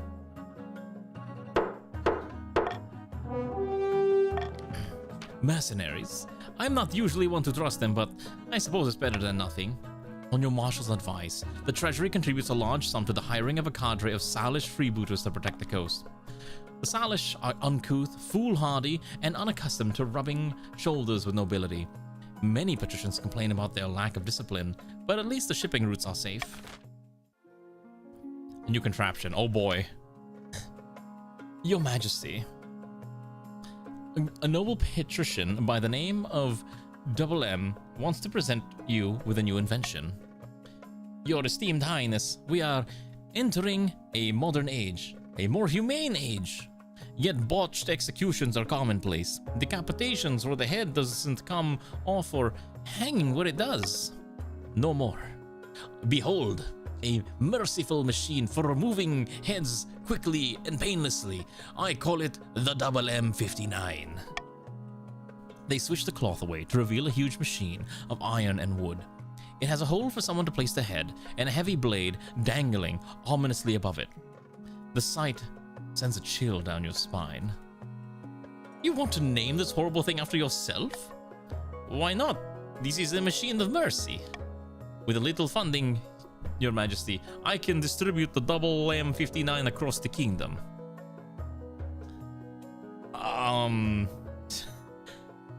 We'll bring this to the council. You will not regret this. Okay. Should the council provide funding for the Double M59? A nationwide rollout. Test it on him himself. Seems a little extreme. Ban this horrid contraption. This is so funny. I don't really want to lose money, but I'll just do swing votes. You're allowed to keep re-voting if you can be convinced otherwise. The guillotine was invented for the guy who invented it. I am not even terribly surprised. His last name has become a noun now. Anyways, you can change your vote if you desire. Lana's like, tested on... Are we testing it on poor Double M? Does he deserve this? Well, I guess he's getting his head lopped off very quickly. Battle tank vote A, we got a bigger trade for it. Oh, that's true. You do get a lot more money, which is the other main thing. They're trying to get more trade. Oh.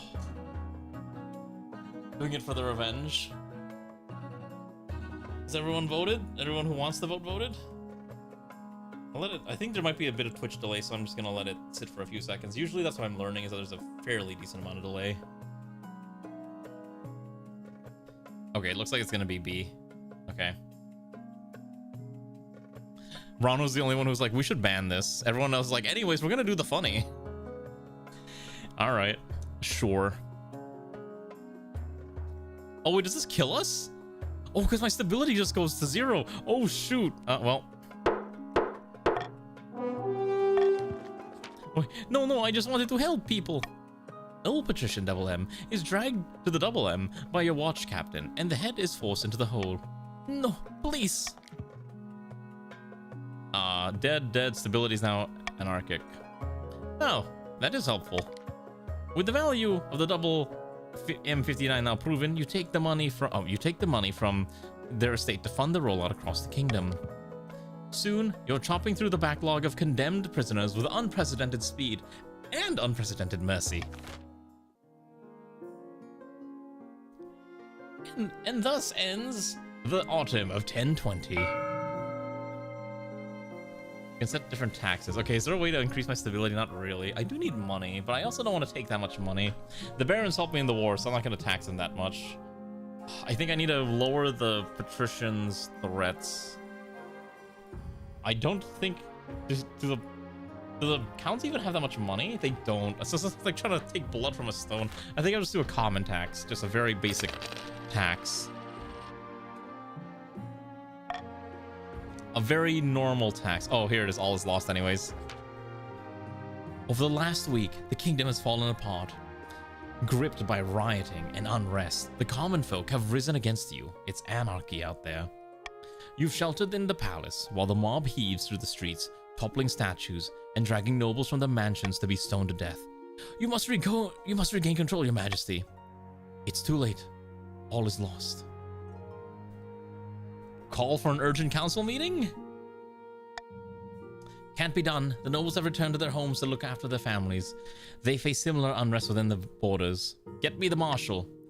The marshal is unavailable. She's trying to contain the riots. Give me the treasurer. The treasurer cut her losses this morning. She's fled, along with a great deal of your gold. Then what can be done? Our options are limited. Someone nearby Glass smashes. You become aware of a dull, muted roar like a flood rushing through a valley. I believe the common citizens have arrived at the palace to meet you in person, Your Majesty. The roar is 10,000 angry voices getting louder and louder. Swords clash, along with gurgling screams. Where's my honor guard? Your solemn Eastern Knights are already outside fighting off the mob. Fight against such numbers, they're not likely to last long. Chancellor, do you have any ideas? Just one. Your Chancellor heaves open a nearby window and sticks a leg out. It was an honor, Your Majesty. I'll see you on the other side. They leap out into the open air. There's a long shriek, followed by a distant thud. Quick, Spy Master. It's my fault, really, for allowing things to get to this point. She takes a step towards you, pulling a curved blade from somewhere within her sleeve. For the good of the kingdom. Oh, she's trying to kill me too. No, everyone's betraying me. How could this happen? We put down a rebellion of the nobles, but now the rebellion of the common folk have come to an end. My reign. We shall fight back. The Spy Master throws her knife with deadly accuracy. Oops. As you tumble down the steps with a blade between your ribs, the roar of the mob grows louder and louder. Having left no heir, it will be up to the nobles to vote for your successor among the claimants. You can only hope they will keep the kingdom more stable than you did. Oh shoot, okay, you gotta vote for the successor. Is it gonna be Isaac of the Barons or Dimitri of the Counts? Vote for your next ruler.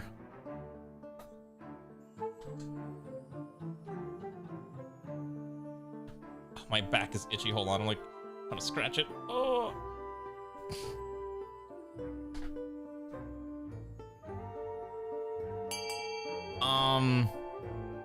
You bought the game, right, Immortal? I'm pretty sure you did.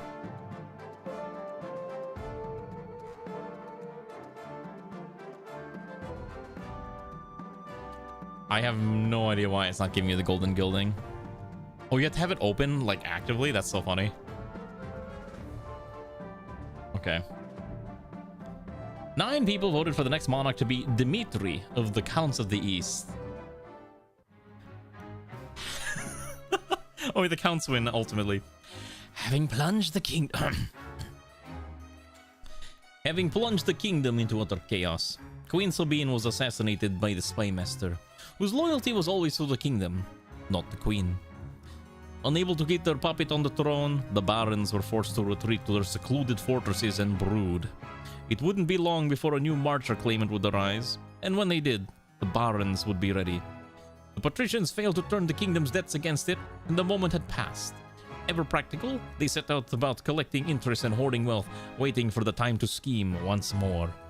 The counts leapt into power in the vacuum left by Queen Sabine's death, and Dimitri took the crown with the council's blessing. Yeah, we hadn't played this in like 3 years, FYI. Anyways, that rule lasted for 2 years and 9 months. That's pretty good. I lasted a whole 3 years as a monarch. The wealthiest noble ended up being Dr. Deathslinger. Poorest noble ends up being Hedigo. The kingdom, overall, is kind of a mess. But I tried. I mean, I got another hour and a half. Okay, so here's what I'm thinking. We can probably continue, but we will unlikely finish the run unless I die early, is the main thing to keep in mind. We may continue this next week if people really want to keep doing this. It seems like there's a lot of interest in continuing to play this a little bit more. So it's either a kingdom death speed run or something. We'll see. That was a fun kingdom. I'm not gonna lie, that was hilarious. I had a lot of fun with that. I enjoyed playing that as like an insane monarch. All right, welcome to Monarch Dimitri. All right. Let's do a poll. No, let's do a poll. Hold on. No, I have an idea. Hold on. Monarch personality generator. I have an idea. Let's make this funnier. I think this is more fun when you're not picking the most optimum choice and you're picking the choices that is like entertaining, right? Wouldn't you agree? Okay. Personality. Okay, let's see. Give me like 5 lines, and we'll just pick random. Okay. Self-centered, welcoming, and active. Depressed, entertaining, indifferent, and judgmental. Thoughtless and relaxed. Ruthless and apathetic. Well, the last one already was kind of ruthless and apathetic.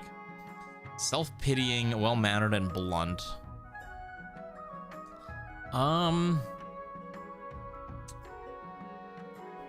Self-centered, welcoming, and active. Depressed, entertaining, indifferent, and judgmental. Depression arc? You know what? No, that's a good idea. I think we'll do the depression arc. I think we'll do, yeah, I think because he's seen how it happened, right? He saw how it all happened. He's probably depressed. So we're gonna go with we're gonna play him as a depressed guy.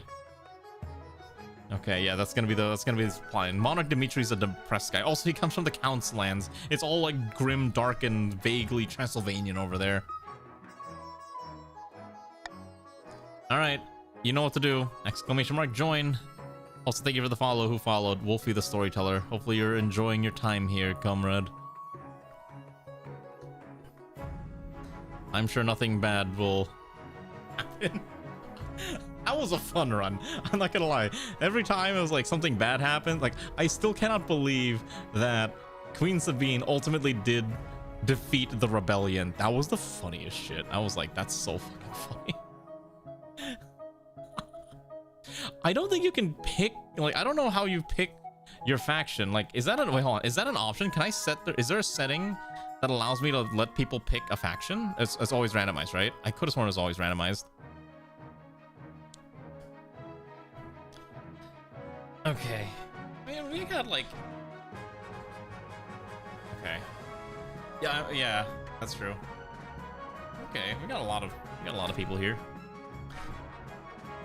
I know if you do you don't have border guilding? I don't actually know how that border guilding works. Border. You might have to like disconnect and reconnect the thing at some point. All right. I think this is fine. If anyone wants to join, they can just hop in the middle of the run anyways. Yeah. Everyone is locked in whatever faction they were chosen in 3 years ago. Oh, that's also true, yeah. Because we were resuming the same kingdoms. Because I think it's more fun because if we kind of get like bits and pieces of the old runs kind of going through here. I like having that continuity of nonsense. All right. All right, let's see. Everyone remember how to play already, right? So I can skip most of this.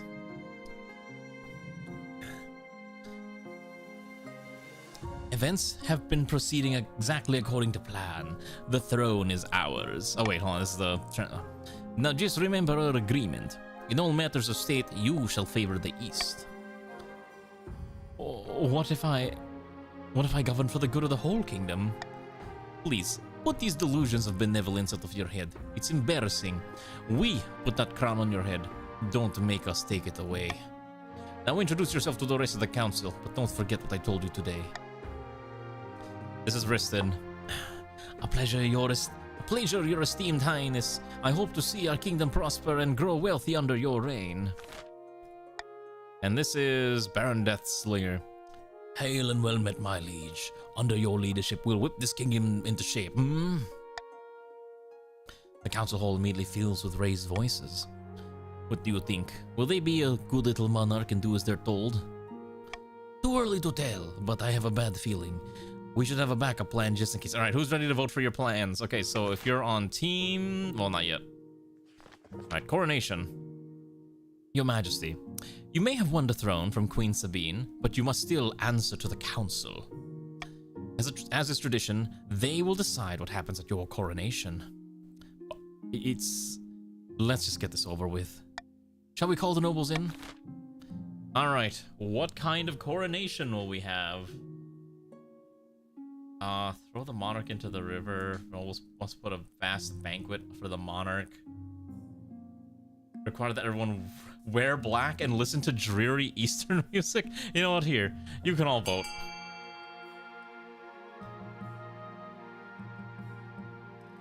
Are you not in Floofycat? Let's see. I don't know why the extension's not working, but I definitely see that you're in here, Floofycat. Is the extension not working for anyone else?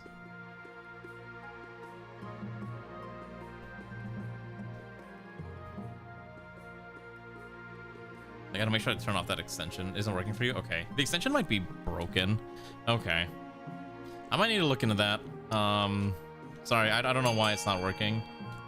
So it's entirely possible the extension doesn't work anymore, or I might have to relink my Twitch, but I don't want to do that right now. Okay. Voting is closed. It is decided. The Monarch will be thrown into the river. Stability is increased, authorities drop down. And so it begins. The nobles pick you up and carry you out to the Treadwater River, hurling you into the shallow water with a cheer. When you climb back up the banks, soaking wet, the Chancellor steps forward and places the crown upon your head. Is it your imagination, or are some of the nobles stifling giggles?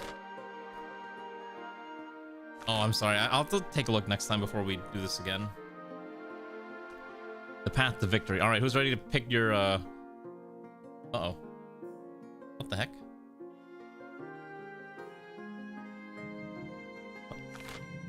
I can't...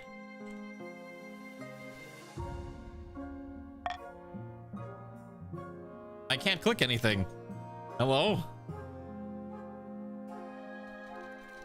What did I do? Wait, why I can't click anything on the map? Okay, okay, hold on. I think the game is actually broken. Hold on. All right, let me kill the game. Let me reboot it. Okay. Let me reboot this. Where's the link for this? Okay, here we go. Yeah, game haunted.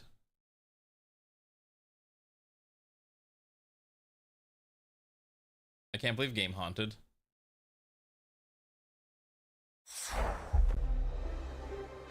Oh yeah, I might need to look at how to refresh. I think I have to disconnect and reconnect, right? All right, we'll reconnect and disconnect my Twitch account. Hold on, hopefully it doesn't take too long. I like this. This is fun. All right, so we're gonna double check this real fast. Yes, this is all correct. Customization is only for me specifically, so this doesn't really matter.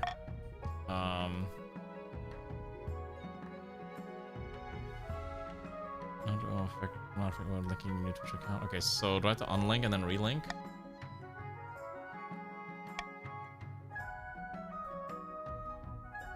Okay. And then let me make sure the extension's active. Which it is.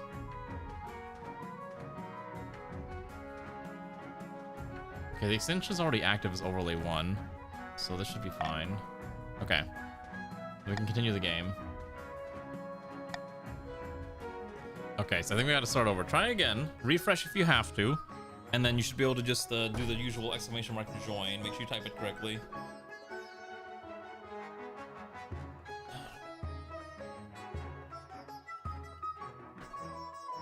I wonder if this, how much this saves. Yeah, cause I see Alana's correct. Hopefully Immortal gets their gilded thing from a bobber. Okay, the extension's working? Great. Love it. Immortal still is... I don't know why you don't have the gilded thing. That's super weird. At least for keeping your stats.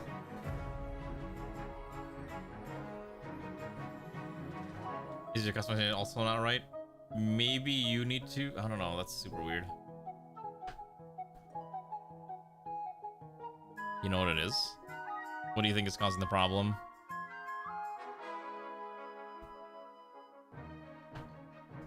Do you think I have to start a new dynasty? Is it maybe because I have to start a brand new dynasty? Oh, because they didn't have the game when they first joined. It's not... Oh. Should we just start from the beginning then? Should we just make a brand new... Should we just make a brand new kingdom then? All right, how about this? Let's put it to a council vote on Twitch right now. Hold on. We'll do a poll. I like polls. We'll make it a 1-minute poll. Start a new dynasty. A, nay. All right.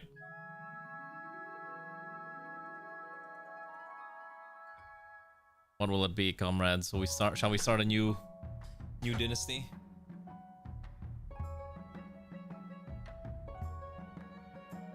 Oh, the votes are coming in close.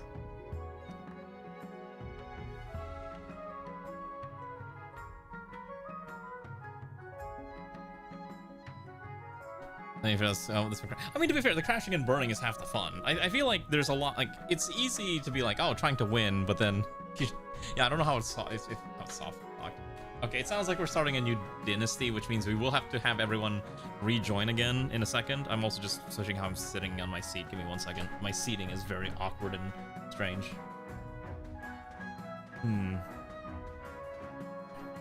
Maybe we could actually mix it up and we pick completely different barons, counts, and instead of these 3 factions, we can pick different factions. All right, I guess we're starting a new dynasty. All right, hold on. All right, sorry, we're gonna... Can I make a new run? I think you're the follow. Who followed? Domadani. That's the new dynasty. All right, I shall be the great and mighty. What is my king name? My king shall be called... Let's see. Ulrich. Oh, there we go. Ulrich. And the dynasty name shall be, the Wolfvel. Wolfvel. Oh my gosh, it's holy moly! Thanks, Wolfie, for the 18 gifts. Holy cow. Thank you so much. I appreciate it. Oh my god. Thank you so much for the 18 gift subs. Holy sh... Thank you. Oh my god, I appreciate it very, very much. Was not expecting that tonight, but I am very... Thank you. I appreciate it, and hopefully everyone else is enjoying their fun emotes and subs. Thank you very much. Alright, let's get this started. Alright. It was a bribe. Oh, wait, what was the bribe for? Okay, hold on. What kingdom is the bribe for? I gotta check where the message is. Okay. Alright. What are we picking? So we don't have... So South and Chiefs of the North would be new. So... Alright, we'll play. Which one is the one that you wanted?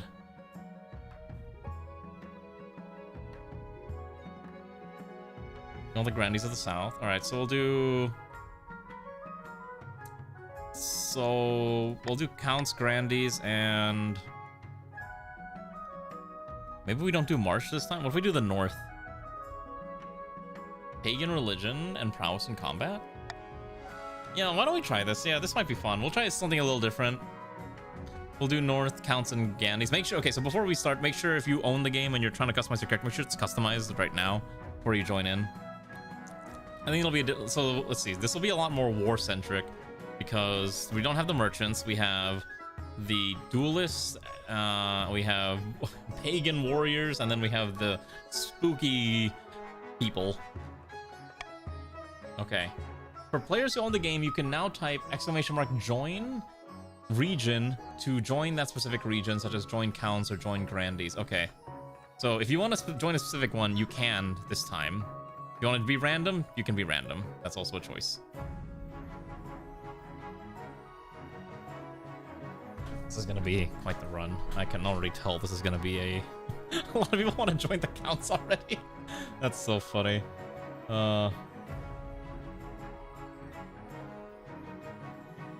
Oh, we got Vikings, we got the Sand Warriors. You will summon a demon. Are you gonna summon a demon to possess your great and mighty noble liege?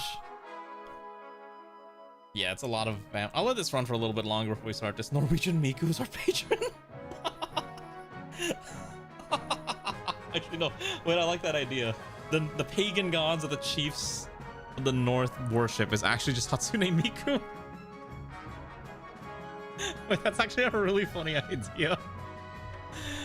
Oh my goodness. Okay, so Ray's joining the Northerners.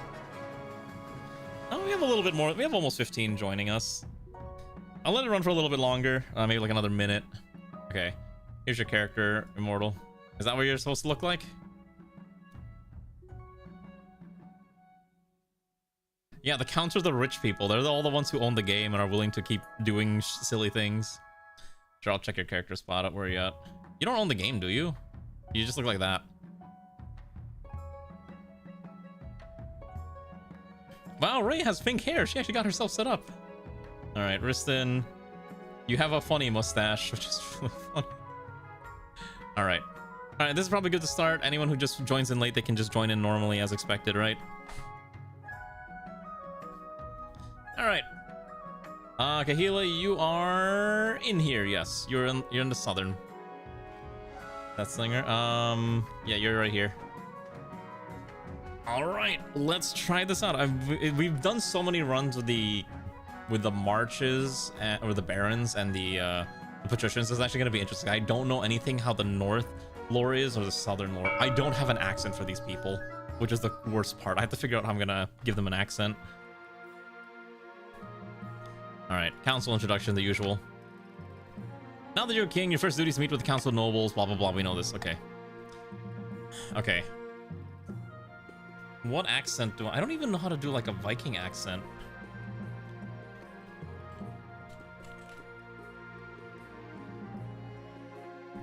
I need a YouTube video real quick. Viking accent. Finnish accent. Hold on. I need to quickly watch a YouTube video on how to do this. Hold on. Hi, what's your name? Hi, I'm Oscar from Finland. Which English word is the hardest Okay, hold on. to pronounce? Take it up. I'm just listening to a video. Iron, like the metal. Iron. Iron? So would this be like, good luck to the days ahead, your greatness, you'll need it dealing with us lot. Like that? I guess it's kind of close enough. Probably close enough, right? Good luck in the days ahead, your greatness. You'll need it dealing with us lot. Alright. Introduced to the Council of the East. Okay. This is Count Riston. In honor to finally make your acquaintance, your majesty, may you escape the doom that befell your predecessor. God, I don't know. What am I gonna give these guys? Are these are these people Spanish technically?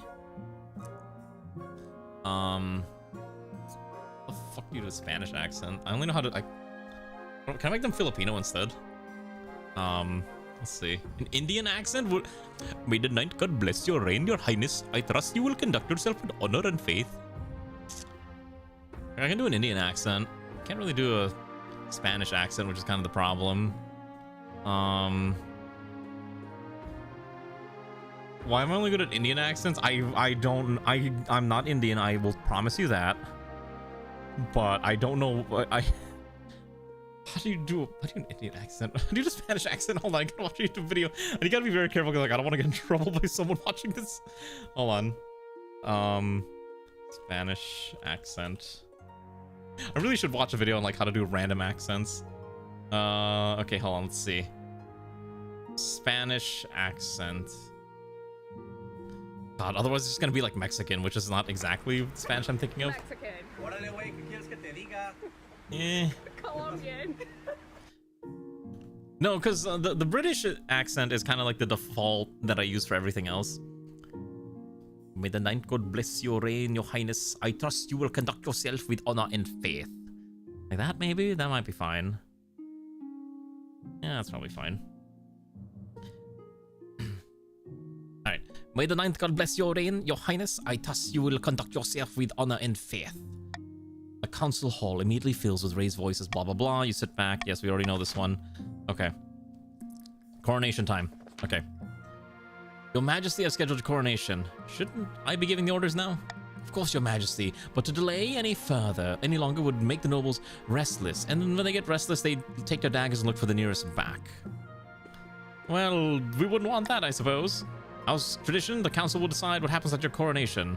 Of course. All right, we're gonna make this guy depressed. We're gonna pretend this is technically continuing from the last run. All right, that's what we're gonna do. Even though the chain is broken, we're gonna continue with this. And so, how will I be forced? How will the coronation happen? I can tell you what's not gonna happen. We're not gonna host a lavish parade because we need the money. But you can pick all the other ones. All right, let the voting begin.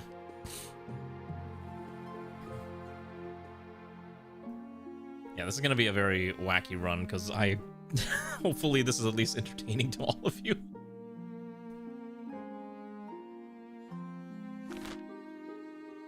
Oh my gosh, am I being thrown into a river? Am I being forced to telling all the commoners to swear a blood oath?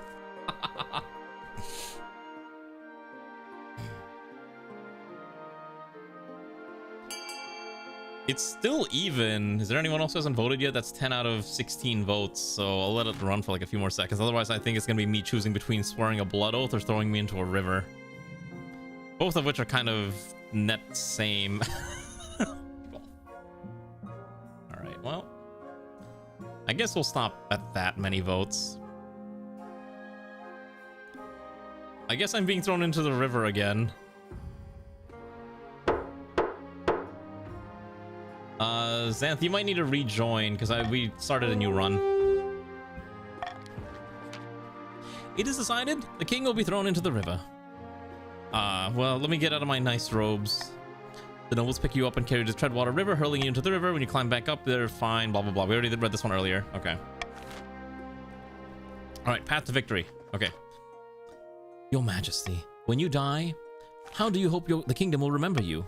Okay, here we go. What is my... So, let's say he's depressive, right?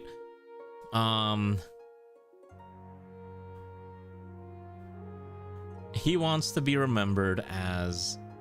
Let's see. As a peacekeeper. An admirable aim. I suggest over the next few years, you focus on improving the kingdom's stability as much as possible. Once you have an heir, I will return to discuss how your ambition is progressing. Alright, so our goal is stability. And thus ends the spring of 948.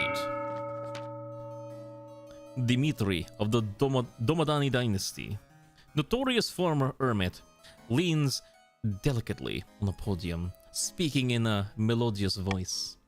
My fellow counts, in ancient times, the East was its own proud kingdom.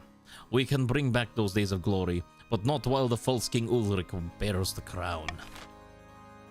And what will be the goal of the counts today?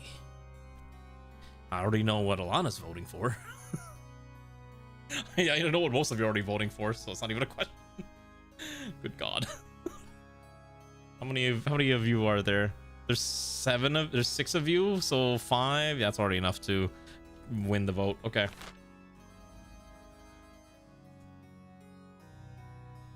It's the entire joke. Goal, lower own defiance. Okay. The counts plan to summon a demon to possess the king, putting him totally under their control. First, they must lull the king into a false sense of security. To advance their scheme, the counts must lower their defiance to 4 or less in 2 seasons. Oh look, they've already completed that. Oh god. Fabia of the Hedigo lineage, eccentric southern firebrand, stands bathed in sunshine, droning on as in a daze. Oh yeah, I'm getting to the Italian accent again. Ugh. I need to watch a video on how to do a Spanish accent. A false pretender occupies the throne while my claim is ignored. Grandees of the South, this is a stain on our honor. We must not allow it to go unanswered. What scheme should the Grandees pursue to overthrow the new king and place the preferred claimant, Fabia, on the throne? I mean, Italian, I might just have to do Italian until I can figure out how to do a Spanish accent. Unless you want them to be Filipino, which is also going to be a little cursed. So, what scheme should the Grandees pursue to overthrow the king and place their preferred claimant, Fabia, on the throne? Oh, feather, excommunication, subterfuge. Remember, Aragon had the kingdom of Naples, so technically Spain and Italian. Oh, I guess that's true too, yeah. Wait, Aragon is a real person, it's not an invention of Tolkien? Oh wait, that's all the votes, okay.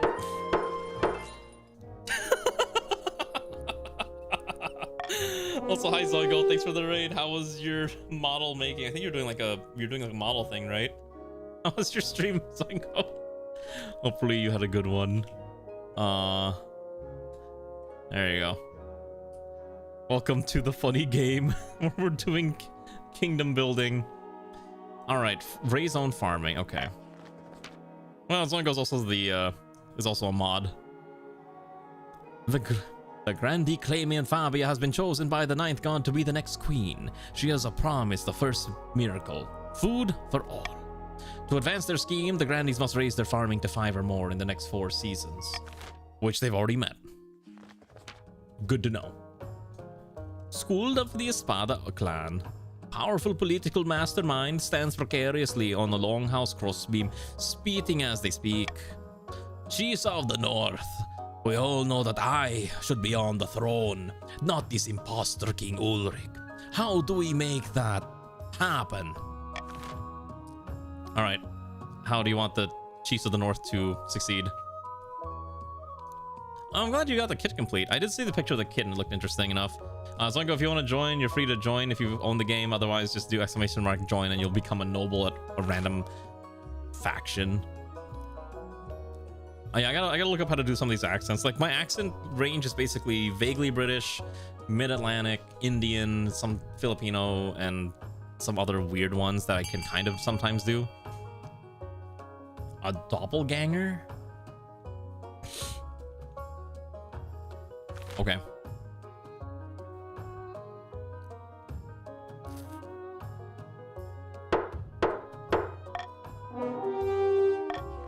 The chiefs plan to swap the real king for a perfect doppelganger. First, they must gain the trust of the spy master. To advance their scheme, the chiefs must keep their defiance 4 or less in 4 seasons. Getting good for it. Okay, have a good... Get ready to go to sleep, Zongo. I know it's late for you then. Okay. So here's the schemes, which everyone is currently succeeding at their goals. So now I need to find a way to break your schemes. By royal decree, we can tweak the laws governing how the council votes. Okay, so hold on. I already have veto, monarch vote. Ooh, I'm going to take call for unity. No, I'm going to take the call for you because I have my own thing to progress. Your chief's goal is to right now have your defiance below 4 for the time being. Okay. Honor guard. One evening, you're sitting up in bed reading some paperwork with a filth-encrusted peasant wanders into your bedchamber as bold as brass. Oi, you! Oi, Lou, your mage! I'm glad I finally found you. This bloody place is a maze. Mind if I take a seat? Who are you? Oh, name's Ralph. Your mage, pleased to meet you. Okay, I guess we're doing the penicillin event again. I guess before Ralph can explain further, your marshal bursts into bedchamber, swords drawn. Let's just listen to what he's got to say. She goes up and gathers your council, who trickle into the halls in their pajamas, rubbing sleep from their eyes. They don't look particularly pleased to be woken up. We did this one earlier, so that's why I'm kind of skipping it. All right, I'm gonna do this. Call for unity.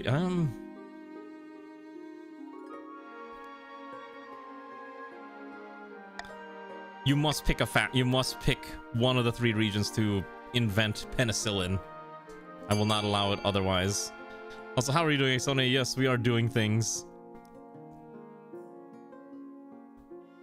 Who will be the test program pilot for these wonderful things called antibiotics?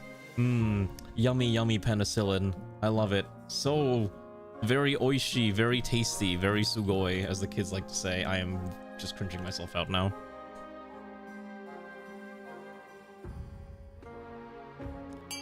Okay. Oh my gosh, everyone is just voting for their own faction. Oh, how are the Grandies winning? Some of you don't have enough people voting on your own factions. Look at that. Oh, never mind, it's all even now. Amazing. What's this? Twitch clip that? Let's see if it clips this, because this is ridiculous.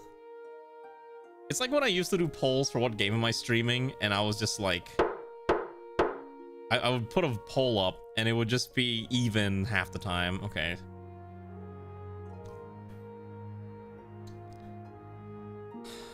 Okay, hold on. What are my goals?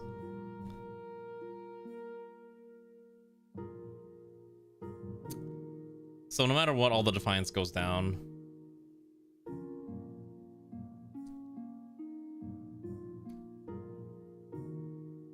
I gotta give it to the south.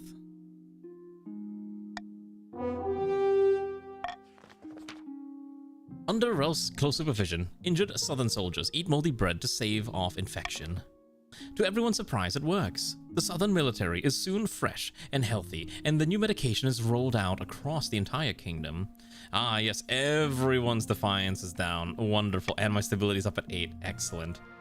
The success of his idea notwithstanding, we need to get you guards. All right. Well, show me the guard options. Bearded oafs with axes and no manners. They'll get drunk and cause trouble in the palace. No discipline at all, and I can't guarantee they won't run off on some random quest. But they're honorable, and in a fight, unbeatable. The Order of the Drowned Rose are highly respectable. They'll understand palace etiquette, but it's been years since they've fought an actual battle. They mostly write poems these days. A southern battle? Whoa! They're terrifying warriors. They've sworn a vow of silence, so at least they won't spill state secrets. But their faith and loyalty is to the church above all. Even your safety. Wait a second, hold on. The battle nuns are kind of sick as hell, actually.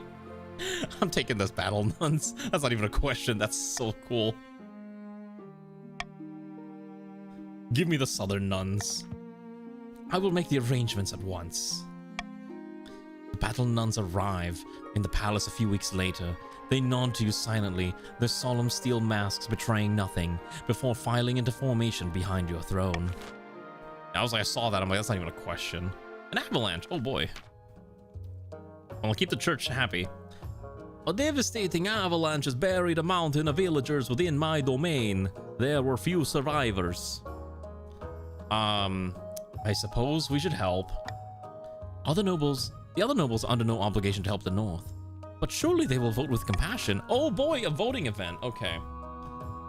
Send financial aid. Instruct the Archbishop to lead a memorial for those lost. There's nothing to be done. We should probably help the northern... Actually, instruct the Archbishop to lead a memorial. We should probably have a memorial. I think a memorial sounds wonderful. My preferred option is B. The treasury cannot bear such an expense. Perhaps we should just lead a memorial and just pray for their deaths. Truly, that's all that can be done.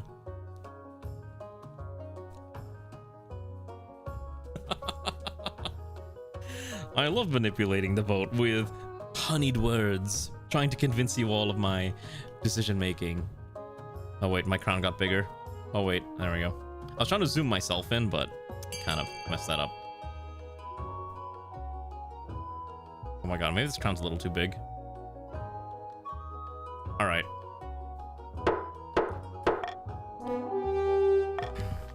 Unfortunately, the Archbishop decides to take the opportunity of the memorial to blame the disaster on the victims, claiming that the Ninth God has punished the North for their pagan ways. The chiefs are furious. Oh, counterfeit currency, okay. The South has been prosperous of late, but my tax collectors are reporting suspicious coins in the latest takings. The whole region is awash with fake currency. The council needs to act. What can be done about the counterfeit coins in the South? Tell everyone in the South to examine their coins and return any duds. Offer a substantial reward if the counterfeiters are caught. Order your artificers to create a new coin that's harder to counterfeit. Wow. These all kind of suck. But probably I think B would probably be the best one, right? Offer a substantial reward if the counterfeiters are caught. We're mad about that movie.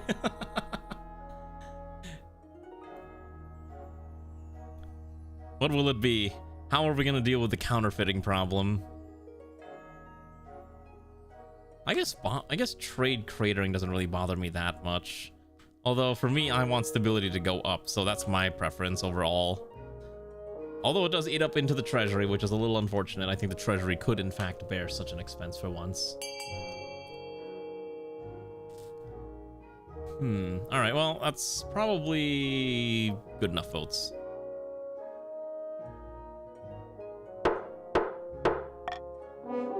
There we go. Over the next few weeks, bounty hunters root out counterfeiters in the cellars, hideouts, and backrooms across the South. More than 100 forgers face the noose. All those bounties are eye-wateringly expensive, of course, but public trust in your currency soars. Controversy erupts when it is revealed that one of the counterfeiting rings is led by Grandy Field Marshal himself. Of course, his fake gold is confiscated at once. Oh, okay. I'm sorry, I just need a little extra cash, he says, as we strip him of all of his finances. Oh, okay.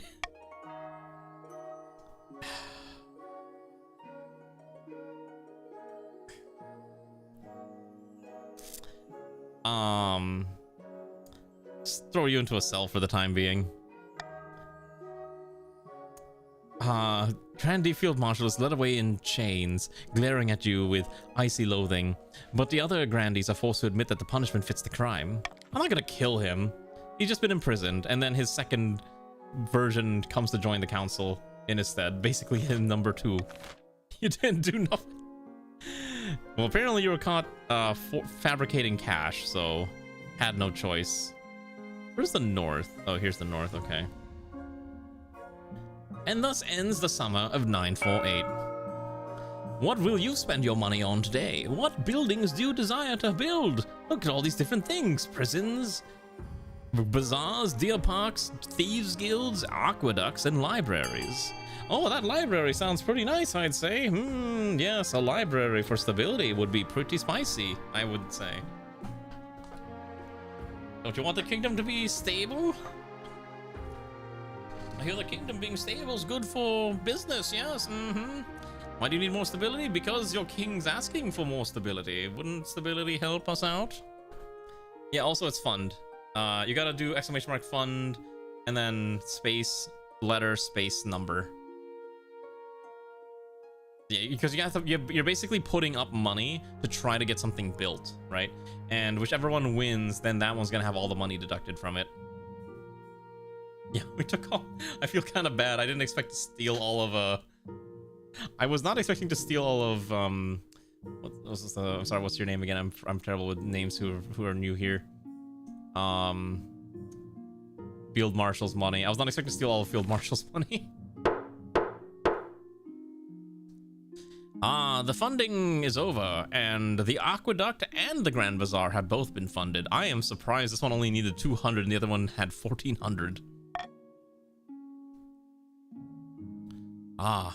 Finding a spouse. In the twisty passages of your castle, you can avoid the nobles and even the spy master, but there's one you can't avoid. Your mother. Why haven't you found a spouse yet? It's been almost a year. Is it that urgent? Of course, don't worry. I've taken the liberty of finding eligible candidates. What is your preference? Men, women, do not mind. Give me a woman. Excellent. I send out messengers. Okay, come back soon. All right. Northern Outrage. This one must be new. I demand the Archbishop apologize for insulting us at the Avalanche Memorial the other month. We may worship different gods than the rest of you, but we're all citizens of the same kingdom. We deserve respect. What should be done about the Archbishop's insensitive memorial? I don't really have a preference for any of these. Except I don't want the top one, because I don't want stability to go down, so I'm going to veto sacking the Archbishop. You can choose to either order the Archbishop to apologize, stay silent on the matter, or declare the Archbishop has the King's full support. Those are your choices today. Yes, we're playing King of the Castle today, son. Hello, how are you doing, comrade? Hopefully you're having a good evening. Vote D, grandees. D is not a bad option. What does D give you? Because you're trying to get your Granny's trying to get their faith down? You're gonna order the Archbishop to apologize? Well, I think that's probably a good amount. That's a little over half of the votes. Or that's probably good enough, okay. Oh, you're role-playing, got it. We ordered the Archbishop to apologize. I'm sorry, Your Highness, but I cannot apologize.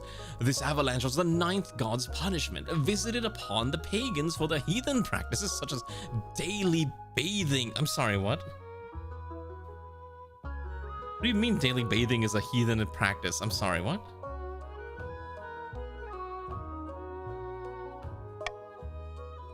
The chiefs are furious with the absence of an apology, and your failure to sway the Archbishop quickly becomes the subject of palace gossip.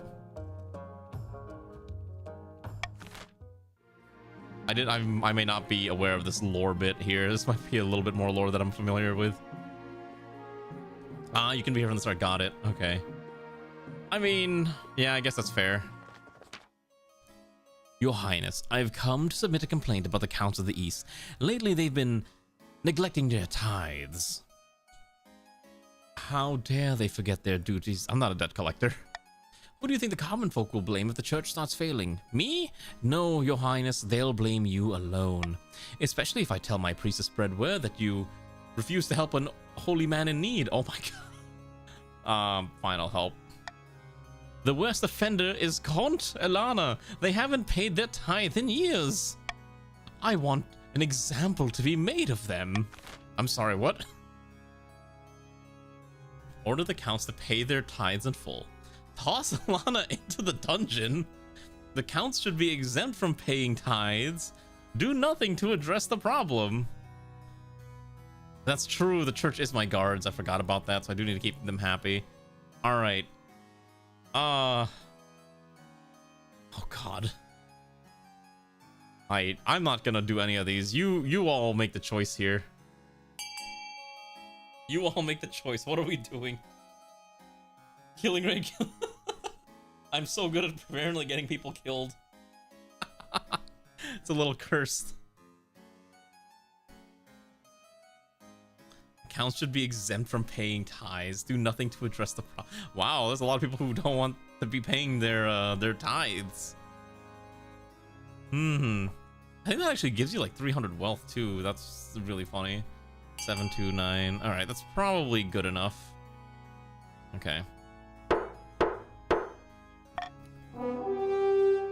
The tithes are being forced to pay in full. By the blood of the dead. By the blood of the dead, how are we supposed to bear the brunt of all this tithing and taxation? I'm left with scarcely enough money to keep my horses. Some of the counts have lost wealth. The counts grumble, but the Archbishop is grateful for your support. The church grows in the east. I need to keep your defiance like low enough so that you don't go crazy. But I also need it high enough so that you don't succeed at your goal. Ugh. And thus ends the autumn of 948. Ow. Hiding in a labyrinth beneath an eastern castle, a pair of counts meet to speak of their schemes against the king. The chancellor sent me a fruit basket last week to thank us for our efforts in helping the crown. It's working. Our reputation is secure. Our problem now is the archbishop. His beady little eyes will be focused on us if we're not careful. You must evade him at all cost. For the next stage of their scheme, the counts must lower their faith to 4 or less in 4 seasons. The Grandees have received 500 wealth from the 9th god. You suspect tax fraud. The other nobles gain 200 wealth. Also, hello there, Duelios. Well, I don't really feel like taxing anyone heavily right now. I mean, I could probably take a little bit of... I could probably skim a little bit off the top from the Grandees, but it's really not necessary. I think I'll let everyone keep their money. I kind of feel bad for the... Okay, I actually need to keep their defiance down. So what if I bribe? What if I do this? Ooh, no, we'll just leave it alone for now. I don't feel like it's necessary to start making enemies quite yet. We'll do a light taxation. $100 dues per person. Oh boy. The counterfeiters. Okay, let's do the counterfeiters one. Your Majesty, remember the bounties we placed on forgers in the south? Yes. The counterfeiters we hanged were rank amateurs. Their coins were only convincing if you're a fool, or drunk, or both. But now we've rooted out a real professional. Her coins are so convincing, I can't even tell the difference. Let me introduce Penelope. Hello, Your Highness. Please don't hang me. Oh dear, I hate meeting people before we hang them. Penelope's skills are extraordinary, and hanging her would be a waste. We should employ her at the Royal Mint to help us make coins that can't be forged. Or even better, we can use her expertise to track down the other forgers. By the 9th, if we employ this outlaw, we make a mockery of the king's justice. Are we sending a message that we'll only execute insufficiently skilled criminals? Hang Penelope, ask Penelope to catch other forgers, have Penelope come up with a new counterfeit coin. I don't really feel like hanging her.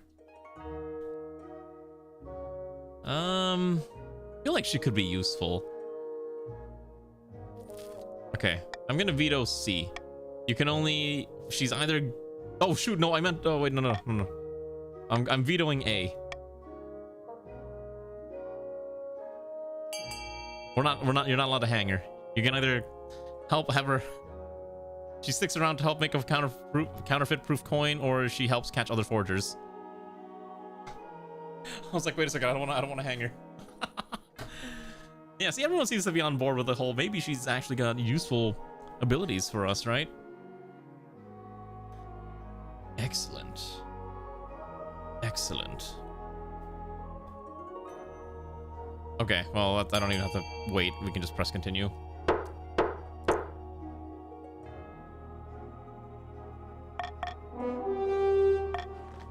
Thank you, Your Majesty. I won't let you down. Penelope retreats into the royal mints with a group of engravers. She does not emerge for weeks. Your treasurer assures you that something big is in the works. Okay, we'll have to come back later. Well, I didn't want you to... Yeah, we're making her... She's now a white hat instead of a black hat. A curious discovery. Chief Ixonia. Your Majesty will recall the devastating avalanche that struck the north. Yes, I remember. A tragedy. An avalanche uncovered an ancient stone door embedded in the mountainside. We suspect it may be one of our ancestors' tombs. Some locals pried open the door and investigated within, and they did not return. Send a group of northern warriors to explore the ruins. Send a team of scholars from Quail University. Order the tomb shut back up. I think we should send in some renowned northern warriors into this. Send in those brave warriors to go check out this tomb. Yeah, tomb's probably haunted. Unless you really want the tomb shut back up, which is also a valid option, I guess. Yeah, I think my policy is going to be if I see the vote has like at least 50%, we'll just end the vote. But right now it's still kind of, it could go either direction. Desecrating the Dead Sacrilege. It's not desecrating the dead, it's exploring the ruins. Wow, there's a lot of people voting for C, actually. Okay, we'll terminate the vote here. That's probably a good balancing. Send a group of renowned northern warriors to explore the ruins. The north has no short supply of warrior heroes. The only problem is finding a group who are willing to work together, and there are a lot of ancient feuds to tiptoe around. The chiefs finally settle on a champion named Hrothvir, known for juggling live scorpions. He will lead a band of brave warriors into the tomb. You hope to hear back from them soon. Alright, I think these are the marriage candidates. Alright. I found 3 potential matches for you. One eligible from each of the 3 kingdoms. Yes, I know. Alright. Let's see the eligible bachelorettes. Alright, who do we got? Son, I can tell you exactly who you belong to. You belong to the chiefs of the north. This is more relaxed, mostly because I'm not playing a deranged queen who's like committed to 2 wars within the first year of her reign, losing both of them, ending up in a civil war, somehow winning that, and then losing to this, to the overthrowing by the peasants. This is Odwin, firstborn daughter of the Northern Sun Clan. She's your typical northern lass, as far as I can tell. Big and loud and all the social graces of a goat, but she means well. Despite that, she's clearly got some brains. She's an avid reader with a vast library, and they say she's popular with the common folk up north too. I can see the appeal, I suppose. This is Nymphadora, the eldest daughter of the Eastern Immortal Artisan Dynasty. Apparently they had a hell of a time getting her to smile for the portrait. She bought a controlling interest in a silver mine in the east and made a killing. The other accounts saying she's mad because she treats the peasants far too kindly. She's an intriguing candidate. And finally, from the south, Vina, the eldest daughter of the Duelios lineage. She is reputed to have an ego the size of the sun, but nothing wrong with confidence, right? She got in trouble with the Inquisition for her interest in potion brewing and the occult, but shows no sign of quitting. The most common criticism of her is that she sometimes skips church. So I don't like the... Yeah, I'm so sorry, Grandy. What do you think? By picking candidate, you'll have... Okay, so...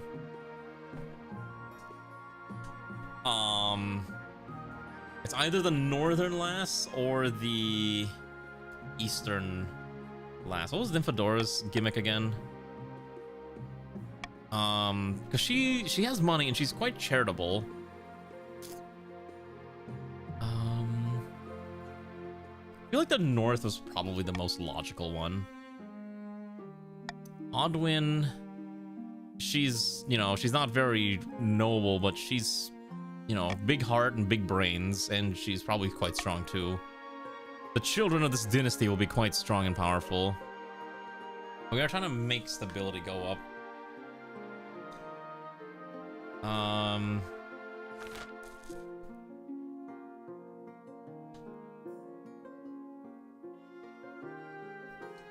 It was a tough one, actually. It's really hard. I'm trying to decide if I want the northern girl or the eastern girl. No, we're not gonna humiliate the. We're not playing a cruel ruler anymore, so we're not gonna be doing anything. I do need to max out my stability. Pretty high up though. You want the tomboy or the goth girl? Ooh.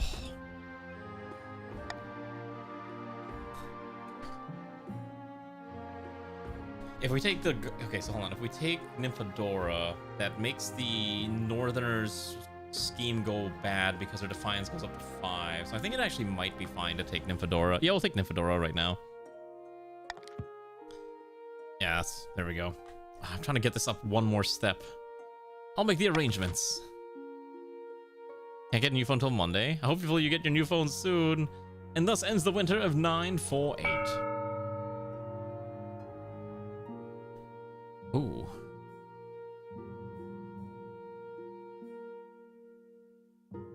Monarch's Iron Choice. I can mark a preferred option. They gain 1 authority. Royal Gamble. If treasury is the null vote for the selected option, minus... If the null vote, otherwise minus 200 treasury. Ooh.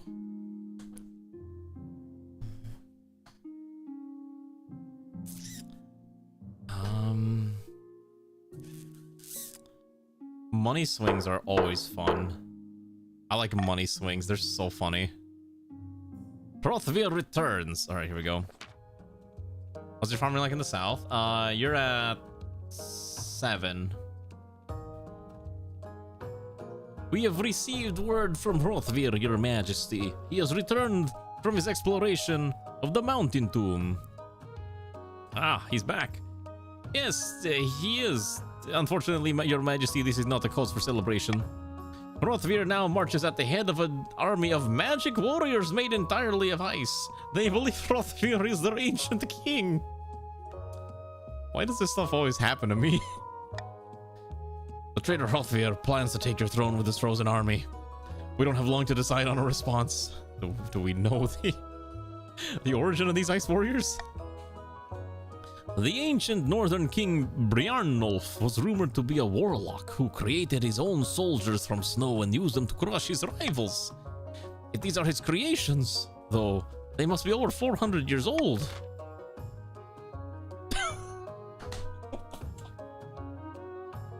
Alright, have a good night, Tristan. Thanks for swinging by.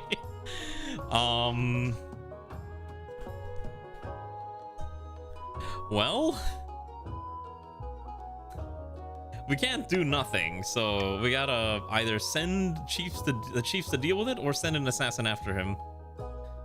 I will let you all decide what the course of action is, but we cannot do nothing. We must do something. Will we spend money or will we just spend...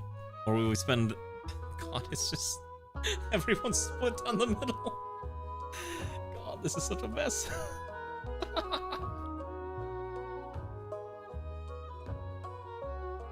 Oh my lordy.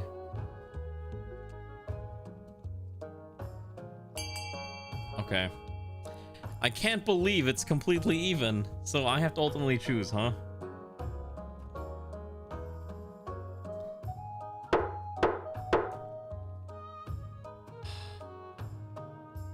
Send an assassin or order the chiefs to gather their army and face Hrothvir. I want to spend my money. The Chiefs opened it. It should be their responsibility. That's true. The Chiefs did want to explore it.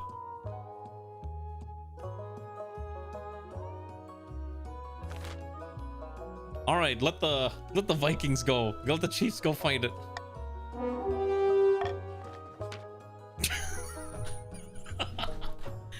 The resultant war was bitter. The Ice Warriors are formidable foes, inhumanly strong and untiring, each killing dozens of soldiers before it falls. But eventually, your numbers win the day. In the aftermath, the chief's army is devastated, and much of the countryside is barren. A bruised Hrothgar is brought before you in chains.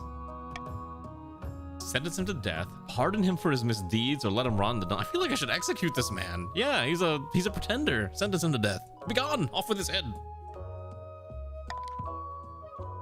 Roaring mad with laughter, Hrothgar is dragged away to face the axe. Oh, okay. Oh, I forgot to read what's on. The royal wedding. Your wedding to Nymphadora is naturally the talk of the kingdom. Pet nobles and peasants alike travel from across the realm to attend, and for a week and a day the capital is one giant party. It feels like you're not the only one not taking part. Instead, you're getting ready for the ceremony. Soon enough, you're standing in St. Bertrand's Cathedral with Nymphadora at your side. Do you take this woman as your lawfully wedded wife? Yes. Then I pronounce you king and wife. After the wedding, there's a feast. And after the feast, a dance. Your new wife, Nymphadora, refuses to dance at all, preferring instead to brood in the corner. Ah, look at all that defiance dropping. I love it. And my stability is now serene. By the time you find yourself alone with Nymphadora, it's past midnight, and you've never felt more tired. Did you see the 8 crows perched upon the tower? As we walked into the cathedral, a dire omen. Come on, cheer up, we just got married. Instead of cheering up, Nymphadora takes one look at you before bursting into tears. The peasants have the right idea. They get married for love, not for politics. Oh, to live the simple life of a commoner. There, we're both in this together. You comfort Nymphadora long into the night, listening as she expresses doubts and fears. As dawn breaks, she falls asleep on your shoulders, exhausted. I see. I can't believe I have somehow made 2 spouses in one night very sad or mad to be part of my... Oh, you know what I mean? I don't mean to exaggerate, Your Highness, but I believe I have pioneered the most incredible invention in the history of mankind. I was hosting a small party, playing cards with some old friends.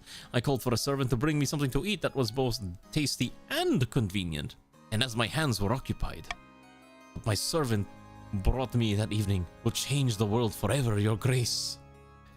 Sounds like your servant invented this. Yes, and he is my employee, so I own the idea. It's only fair. Behold! She holds in the air a plate. Atop the plate are 2 slices of bread with a piece of meat wedged between them. It allows the hungry noble to consume 2 slices of bread plus meat all at once, saving valuable time. Meanwhile, the bread serves as an impregnable barrier, preventing one's hands from being besmirched by meaty juices. Magnificent. Naturally, since this is my invention, I suppose we name it after me. In a few years' time, I expect everyone to be enjoying a nice immortal artisan for lunch. But naturally...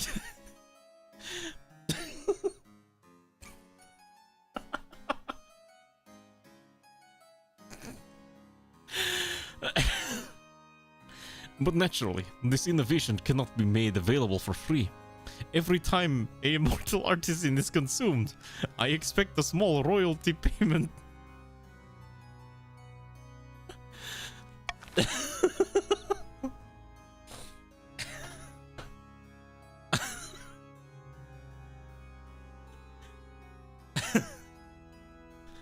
Yes, give immortal artisan the royalties she deserves. No, immortal artisans are too delicious to be controlled. Immortal artisans shall receive a one-time reward from the treasury instead. The servant should be rewarded instead. What was his name again? You should all vote for the same... Actually, no, you can all just vote whatever. I have no stake in this. This is so stupid.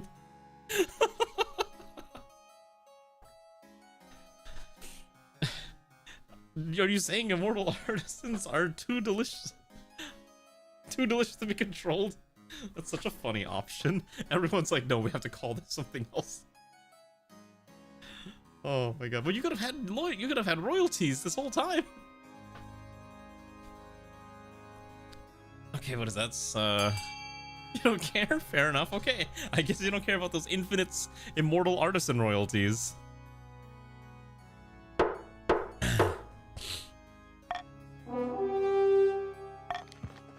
Seventh, take us. You wouldn't have invented this snack if I hadn't specifically requested a convenient meal.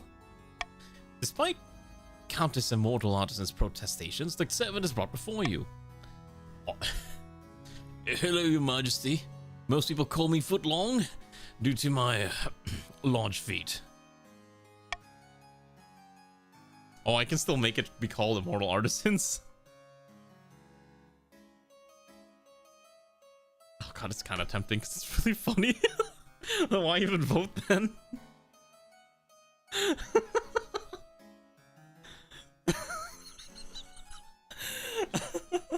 Okay, I think Footlong is a much more bearable name. I'll call it a Footlong.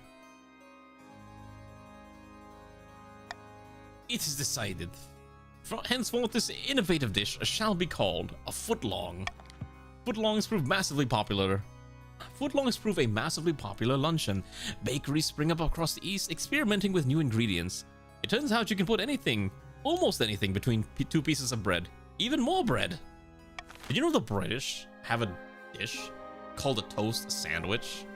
I remember like reading it. It's a whole Wikipedia article about it, but it's literally you take a toasted piece of bread and you put it between two slices of white bread. And I guess you put like butter, maybe Vegemite or whatever the British equivalent is. And that's it. That's literally the whole sandwich. It is a real thing. Like, just go look it up on Wikipedia and you'll find it very quickly. It's kind of cursed. That's fair. Yeah, these options are really funny. Again, I've not played this game that much compared to some other people, but it's very interesting. And thus ends the spring of 949. Ah, a legend in the south. The prophesied Ninth Herald has finally manifested on Celeste Arth, taking the form of a humble noble known as Fabia, who hails from a farming town in the southern hills. Or so the grandees claim. Peasants all over the south are flocking to you, Fabia. I knew you could do it. The plentiful crops have been a magnificent boon to our economy. Now that's what I call a miracle. Praise be, but this is just the beginning. With him on our side, we shall capture the minds of the common folk and lead a holy crusade against the false king. The people still need a push, however. With just the right amount of chaos, the peasants will take up arms and die for you. For the next stage of their scheme, the grandees must lower stability to 4 or less in 2 seasons. Yeah, that's not happening. I am going to fight that tooth and nail. You are not getting the stability down. Yeah, good luck with that. I am not letting that happen. Up in the north, Chief Dr. Deathslinger is hosting a grand feast at his clan hall. You said you had a surprise for me. Aye, and here it is. Behold! Your Greatness, what are you doing here at such an hour? I'm sorry, I hope you didn't overhear any. Quit babbling, you scaredy cat. This isn't the king. It is a peasant who's the king's spitting image. Gods be good. And just in time. The spy master trusts us, and we can move to the next phase, kidnapping the king and putting this fool in his place. How do we manage that? We need the kingdom in utter chaos. Bad enough that the king's abduction can slip past unnoticed. Oh no. For the next stage of their scheme, the chiefs must lower stability to 4 or less. I am swatting away so many problems.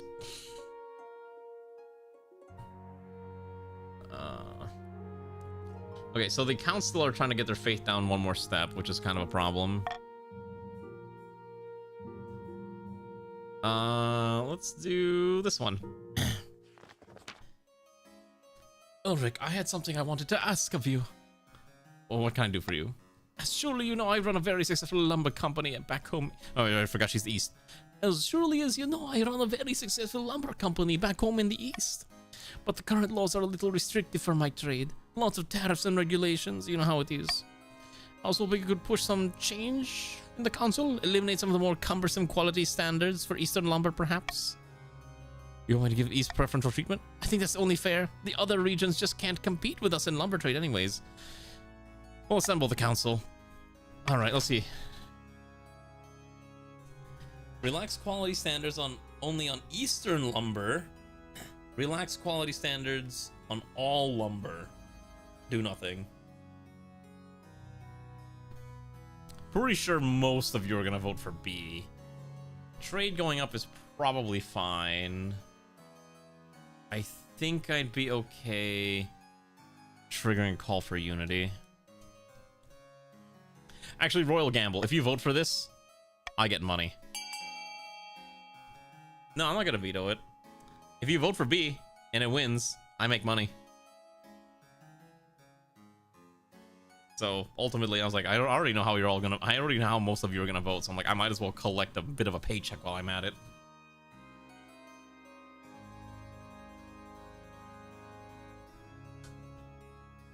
Yeah, I was like, it's probably like I think down. Like it's probably only gonna go down one step of stability, is my guess. Which count as turn coding? What do you mean? Which count as turn coding? You mean these two? Luffy and Drunken Wayfarer are over there.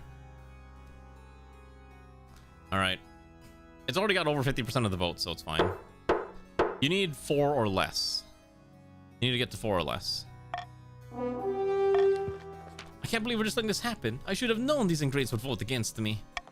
The relaxation of standards all across the kingdom has the result of lower production costs and boosting the economies of all regions. However, it also leads to a lot of collapsed buildings and avoidable accidents. Are you, what team are you on now, Drunken Wayfarer? You're on the purple team still. Alright, next event. The next 2 events are in the south. Let's do the troubling holiday makers. Ninth preserve us, there is none to be born. Grandi Duelos brandishes a crumpled hat. Is that what's supposed to mean something? Oh, I thank you. I think that's mine. This is left on the edge of my estate by a group of counts on holiday, along with a huge number of empty bottles of wine. The scattered picnic baskets everywhere trampled my crops and sat around the bonfire all night. My horses were terrified. Now I know the culprit was Countess Fluffy Kitty Cat and her dissolute, idle friends. We were just enjoying our prosperity and taking a break. These skies, the shining sun, what a nice change from the east. Usually so flattered that we're so eager to visit. Flattered by the 9th. When the counts come to our lands, all they do is cause trouble and destruction. Should the counts continue their raucous holidays in the south? Interesting. No more holidays in the south. The holidays can continue, but the counts must pay the grandees a generous sum. Carry on as usual. Granny Dwellers is angry over nothing. Or encourage the counts to holiday in the north instead.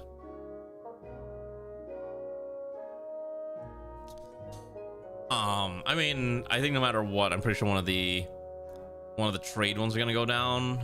But although the counts could get some money out of this, or the grandees could get some money if they vote for B. All right, you can all vote. I have no particular No, it's fine. I'm pretty sure no one's gonna vote for A anyways. Yeah, I'm like almost 100% sure no one was gonna vote for A because there's 2 factions that want stability to go down to 4, and I'm trying to keep stability up and fight it off. See, look at that. Almost everyone's like, yeah, so anyways, stability is pretty good. We like I guess everyone likes to knock the stability down. I do get treasury out of this though. All right, that's already half the votes. That's probably gonna win. Carry on as usual. Grandi Duelos is angry over nothing. Grandi Duelos storms out of the council hall and returns to the south in high dudgeon. The counts are delighted to continue visiting southern lands, but as most squabbles and fights break out between nobles, the banquets are cut short and they eventually retreat to the east. Stability goes down a little bit. Some of the counts lose money. I get money, and the east is no longer defiant. Wonderful. The blistering heat. Hey, look, this is real life right here. Painfully real. Your Highness, dreadful tidings. Your Highness, dreadful tidings. Summer has been. Oh God, I need to drink something.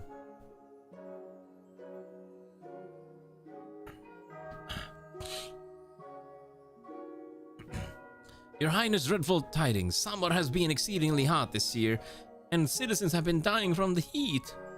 The harvest will be poor, as you can imagine. Is there something I can do? Perhaps, if your Majesty and the council are willing, How should we react to the heat wave in the south? Why is there 2 negative stability options?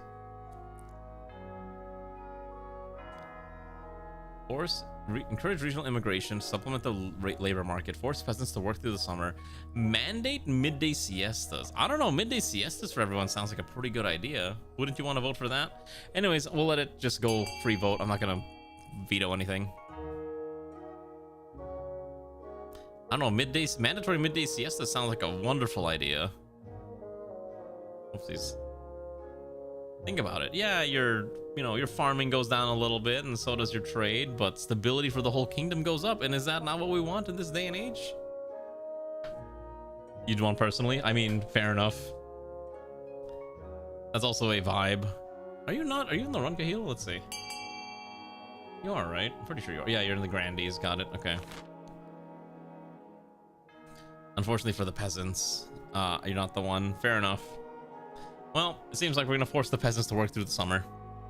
Unlucky for them. Okay. You prevent the worst of the heat wave's effects by forcing peasants to work just as hard as usual. Many die beneath the scorching sun. People start to compare you to King Archibald Goldfinger, an insatiably greedy tyrant of centuries past. Oh, okay. Our stability's down to 7 now. Tragic. Oh, because you have to, don't put a space after the exclamation mark, that's why. Okay, and thus the summer of 949 has come to an end. It's time for the auction. What would you like to build?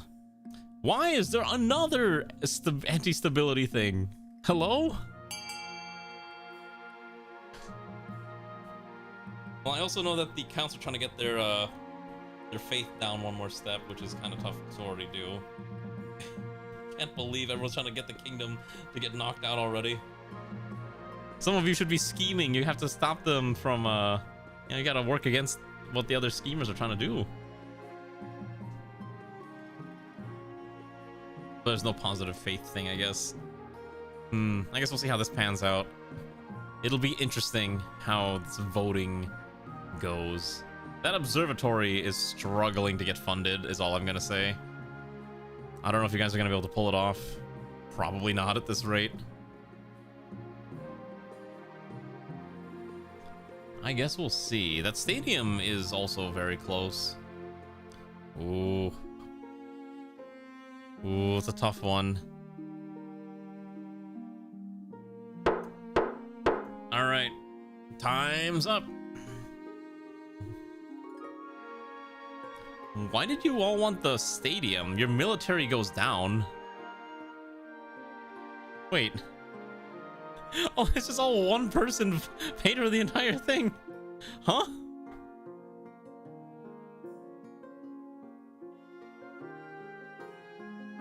That's interesting choice. The only thing I can think of is that it technically does stop. It probably, yeah, it might actually be like maybe the reason is to deny the counts their faith reduction. That's probably the main thing. All right.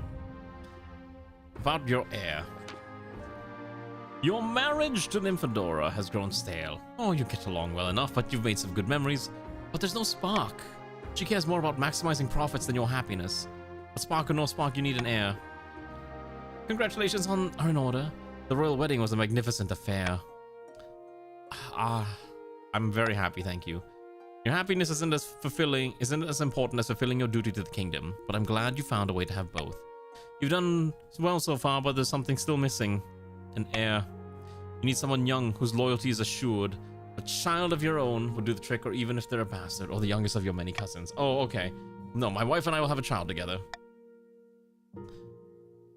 The traditional method. No one will object to that. I'll arrange for you to take a month off from ruling so you can get down to business. A new plague has arrived. Your Grace, the East has been struck with plague, and not just any plague. A dancing plague. Explain. It affects everyone, even dogs and cats. We don't know how it started, but it's spreading quickly. All villages are dancing themselves half to death. What should be done about the dancing plague that has gripped the East? Why can't I let it be? Pass a law that forbids dancing? Quarantine? It's just all anti-stability. What do we want? You know what? I'm not gonna. You can all vote. I don't care. I have no opinion on this one because I can't keep the stability up. Everything's just gonna go down. I guess you could screw with the counts farming if you all vote for C.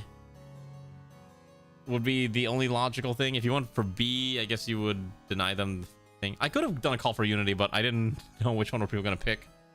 Yeah, I probably could have called it, but it's fine. That was a parry. That's true. I gotta remember to make use of that. Alright, that's already half the votes. That's gonna be the guaranteed winner. Alright, let it be. A dancing plague might bring some life to the masses. Why not let it spread? Soon half the kingdom is dancing around the clock as the plague hits other regions, including the capital. Oh, gotcha. That's what I always forget that. That's right. I gotta use that more. Oh, everyone's farming went down and stability went down. Okay. Paper coins. Your Majesty, Penelope and the Royal Mint have come up with a new idea. Well, see for yourself. You walk into the Royal Mint, where the noise of metal cutting and engraving usually drowns out all thought. But today, it's silent. Your Majesty, I can't wait to show you my new invention. Coins of paper. She holds up a paper disc with your face on it. It's much less shiny. Each paper coin represents a quantity of gold stored safely in the vaults of the Royal Mint. Do you see? It's lightweight, won't lose value through wear and tear, and it's quicker and cheaper to manufacture. But isn't this easier to counterfeit? Also, hello, Havel. Good evening.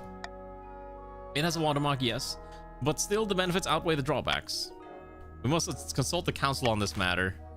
What the fuck? Roll the paper money, give paper money a trial run in the south, burn them and hang Penelope. Tell Penelope to come back with something more metallic. Yeah, she's invented fiat currency. This is not... Yeah, all she did was she just invented fiat currency and the gold standard. Well, not fiat currency. Yeah, she's invented the gold standard.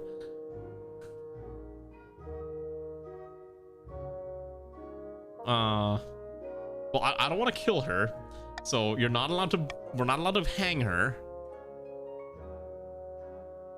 Yeah, isn't the problem too that she's a forger? Like, she's an expert forger, so she could probably just forge a ton of these.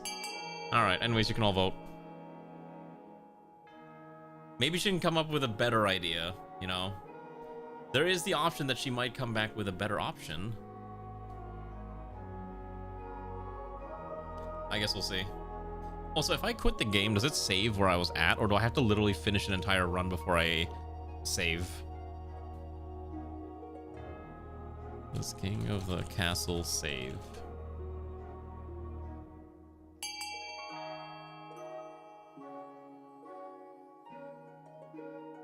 Okay, it does. Fantastic. Okay.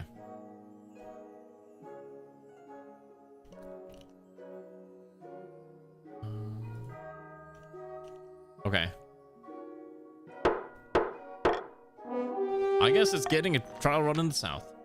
When the paper money rolls out across the south, the peasants initially react with bafflement and scorn. A popular joke is that it's only useful for keeping next to toilets. But you make it very clear that the paper will not be replacing coins, just acting as a promissory note for large quantities of them. And gradually, the southern common folk accept this. Soon, trade across the south is booming. Turns out it's much easier to trade when you don't need to cart wagon loads of gold around with you. Unfortunately, the rest of the kingdom proves more resistant to the idea, especially of its association with the grandees. Trade is now monopoly, and also stability is now civil. Yes, excellent. Yeah, they have a trade monopoly because they're at 10. And thus, the autumn of 949 has come to an end. A countess rides to a remote, unremarkable spot of the moorland. Soon, another joins her. Unfortunately, my peasants are getting dreadfully devout. We're in no state to make a move against the king. It's far too dangerous. The High Inquisitor will pounce as soon as we do anything. The Count's aim is to lower their faith to 4 or less. That's it. Deep in the south, the grandee paces along the balcony of the hillside villa. It's just not enough.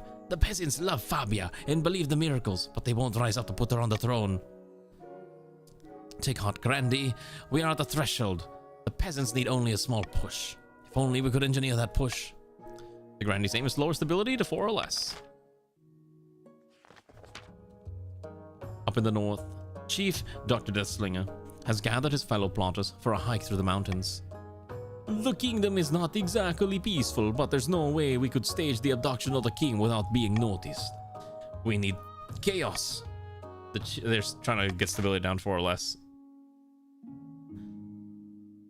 I'm feeling that some of you might have a little too much money.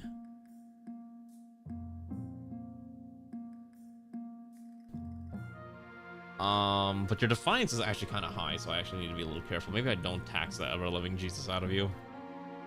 It's really tempting, though. I need to bribe the counts. Why? Is it because they're all broke? Why are all the counts broke?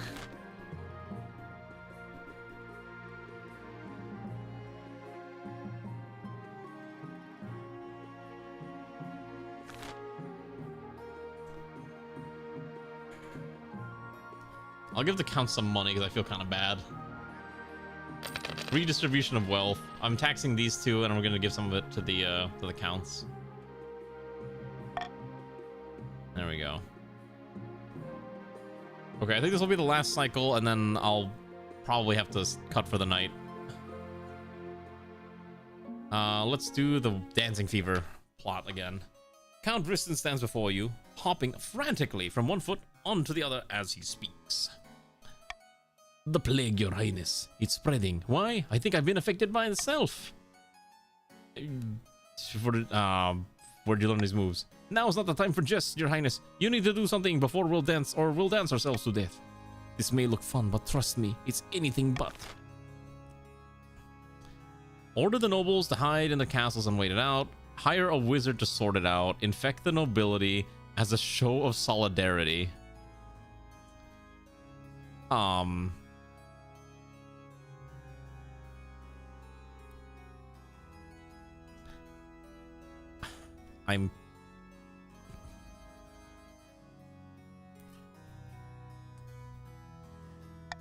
I'm gambling that you're all gonna press A. If you end up voting for A, I get money. If you vote for something else, I don't get money. Let's see how this pans out.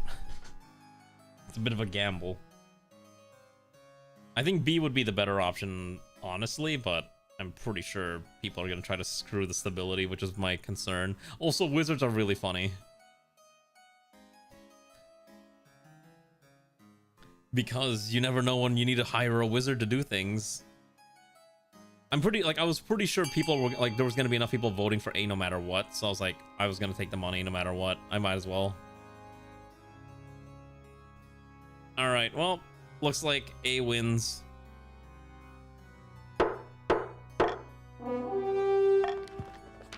It's too late to contain the plague and everyone knows it. As uncontrollable, dancing spreads to every corner of the kingdom. A royal proclamation is issued ordering members of the council to stay indoors at all costs. Wow, authority went down by 2. Everyone's trade has dropped, and treasury went up. By the time it's run its course, even the hint of a jaunty tune sends the average peasant into a frenzied panic. Dancing at weddings and other social events sees a sharp decline.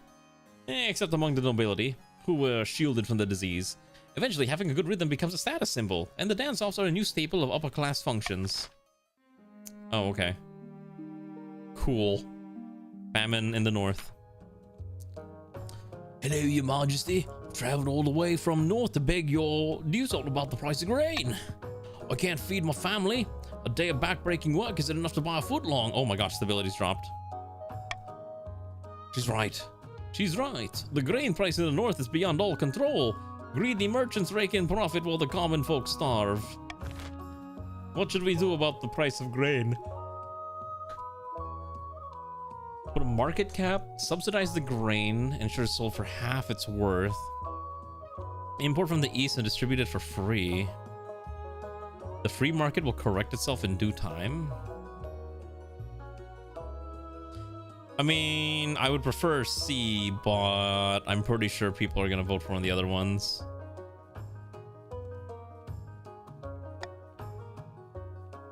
All right, what will you vote for? Will you subsidize the grain? Will you import it from the east and distribute it for free? Distributing it for free sounds like a lot of fun too. Oh my gosh, everyone's just going for subsidizing the grain, which is coming out of my pockets.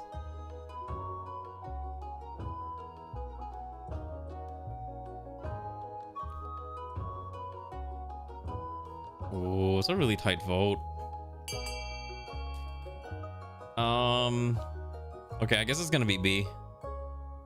Yeah, I think that's basically everyone who could vote. I know Riss is not here, so we gotta count it down by one step, I think. Yeah. Voting's closed. Subsidize the grain and ensure it's sold for half its worth. The north is in your debt, your majesty. Stability goes up. The kingdom's coffers open, and a tide of gold floods into the pockets of northern merchants. Grain prices plunge, and stocks of grain run low. Supply no longer meets demand, and some peasants can feed their families now, but others are starving worse than ever. All right, we're back to 4. Ugh, it just kind of evened out again. All right, the last event. Your Majesty, last week, mysterious wonder. Oh, I triggered the that one voting thing that says if 50% or more vote for that one event, I get 1 stability, so that's why it balanced out. A mysterious wanderer visited the grand bazaar we built in the east. She claimed to be from the distant cloaked city of Sarakhan and said she had a number of magical artifacts for sale. But wizard law forbids the unlicensed trade of magical items. What, wizard law? A highly complex field of few understand except the wizards themselves, your grace. But on the matter of magic trade, it's most clear. I humbly request that the council grant our grand bazaar a license so that the east may benefit from this wanderer's magic.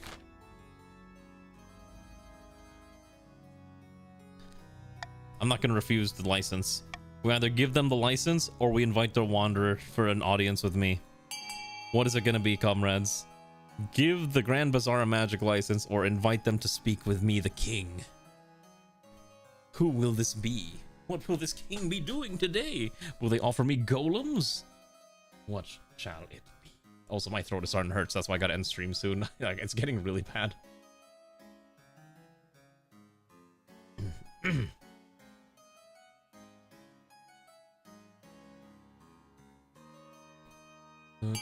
Okay. Looks like we'll be inviting the Wanderer for a direct audience with the king.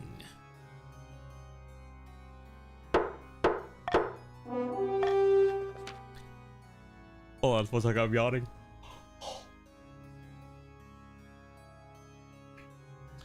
A few days later, the mysterious... oh my god, hold on. Sorry about that.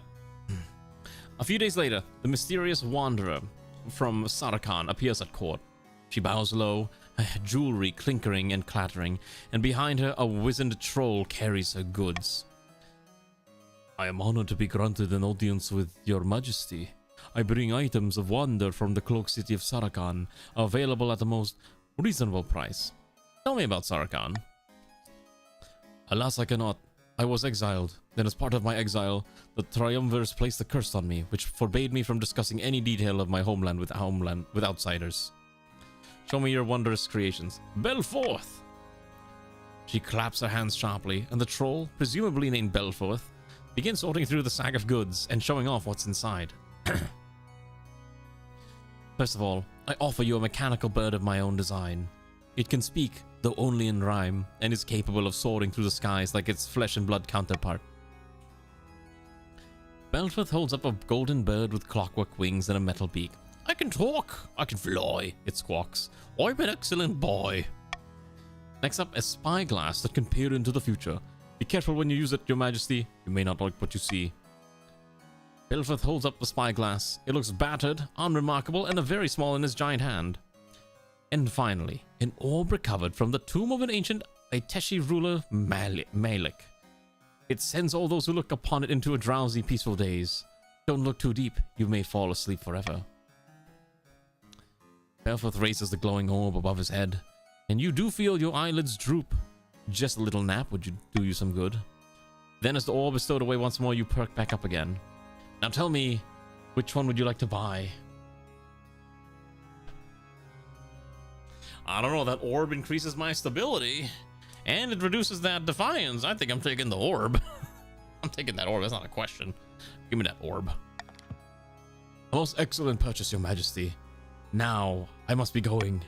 The mysterious wanderer gestures sharply to a troll and leaves the same way she wandered in. The orb proves a delightful attraction, bringing people from across the land to bathe in its glowing beauty and its soporific, mildly intoxicating effect. I am now out of money, but it was good so I can deny some... Oh, 3 stability! Holy cow! That's no wonder that was worth so much. Yeah. Oh my god, that was totally worth it. That was actually worth it. I'm swatting away your foul schemes. Sure, sometimes they fall into comas from which they never wake, but this can usually be covered up without any problems. And thus ends the winter of 949. That was a crazy goodbye. There's no point in this. Oh fuck, I might actually... Ooh, reverse voting would really screw, I think, a lot of you over trying to figure out what to vote for. I think I'm gonna take reverse voting. I think that's funny. I think that increases the amount of coordination you need to try to get what you want a lot more. Yeah, that'll be interesting. Okay. However, it is late. Yeah, it is a little late. And unfortunately, that means I need to get ready to go to sleep. What the fuck am I rating today? Give me 1 second. I need to look who's alive. But anyways, I hope you at least had fun with this game. If you're new here, and I know a lot of you are, just note that the easiest way to find out when I'm streaming is you just go on Discord. I think there's enough people that really had fun with this. I'll probably stream this again next week. We'll probably do this again. Probably next Thursday would be my guess. I try to keep things like on a 1-week schedule for every game. So I need to emphasize, this is not the normal type of stuff I stream. I normally stream strategy games. So we're doing Rimworld on Monday, Fire Emblem on Wednesday, and we'll probably do this on Thursday, and Tuesday's probably the flex day of I'll figure out what I want to stream at some point by then. So yeah, if you don't know, I would recommend that if you need to know when I'm streaming, Discord's literally the easiest way to find out, because I'll ping people.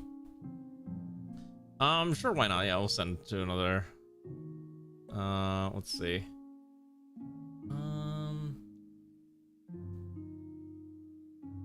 Yeah, sure. You're all having fun with. Actually, let's see. Maybe I'll send you to one of my friends. Let's see. Yeah, all right. We'll send you to one of my friends or other mutuals. Not another person playing King of the Castle. They're playing some horror game called Rainbow Gate, I think. So, anyways, like I said, hope you really had fun. Again, thank you for swinging by. Thank you, Wolfie, for the massive amount of gift subs. I appreciate it. Thank you for everyone who's new here and joined. Hopefully you had fun. Say hello to Bunsenberry, Filipino Vtuber playing some funny horror game. And again, I'll be back on Monday. If you need to know my schedule, I basically just stream 4 days a week, which is Monday through Thursday at almost the same exact time. But I do mass pings on Discord if you have the correct role and all that jazz. So otherwise, just, I don't know, keep an eye out. And I'll be back on Monday with Rimworld and blah, blah, blah, blah. Good night. I'll be going to pass out or something. Or I have to answer that email that Ray sent me. All right, good night, goodbye, bye bye. Oh yeah, let me close this real fast. Yeah, so I should be able to just quit, right? Should save. Let me just let me just be 100% sure. Yep, okay, cool. Yes, excellent. That's what I like to see. All right, good night.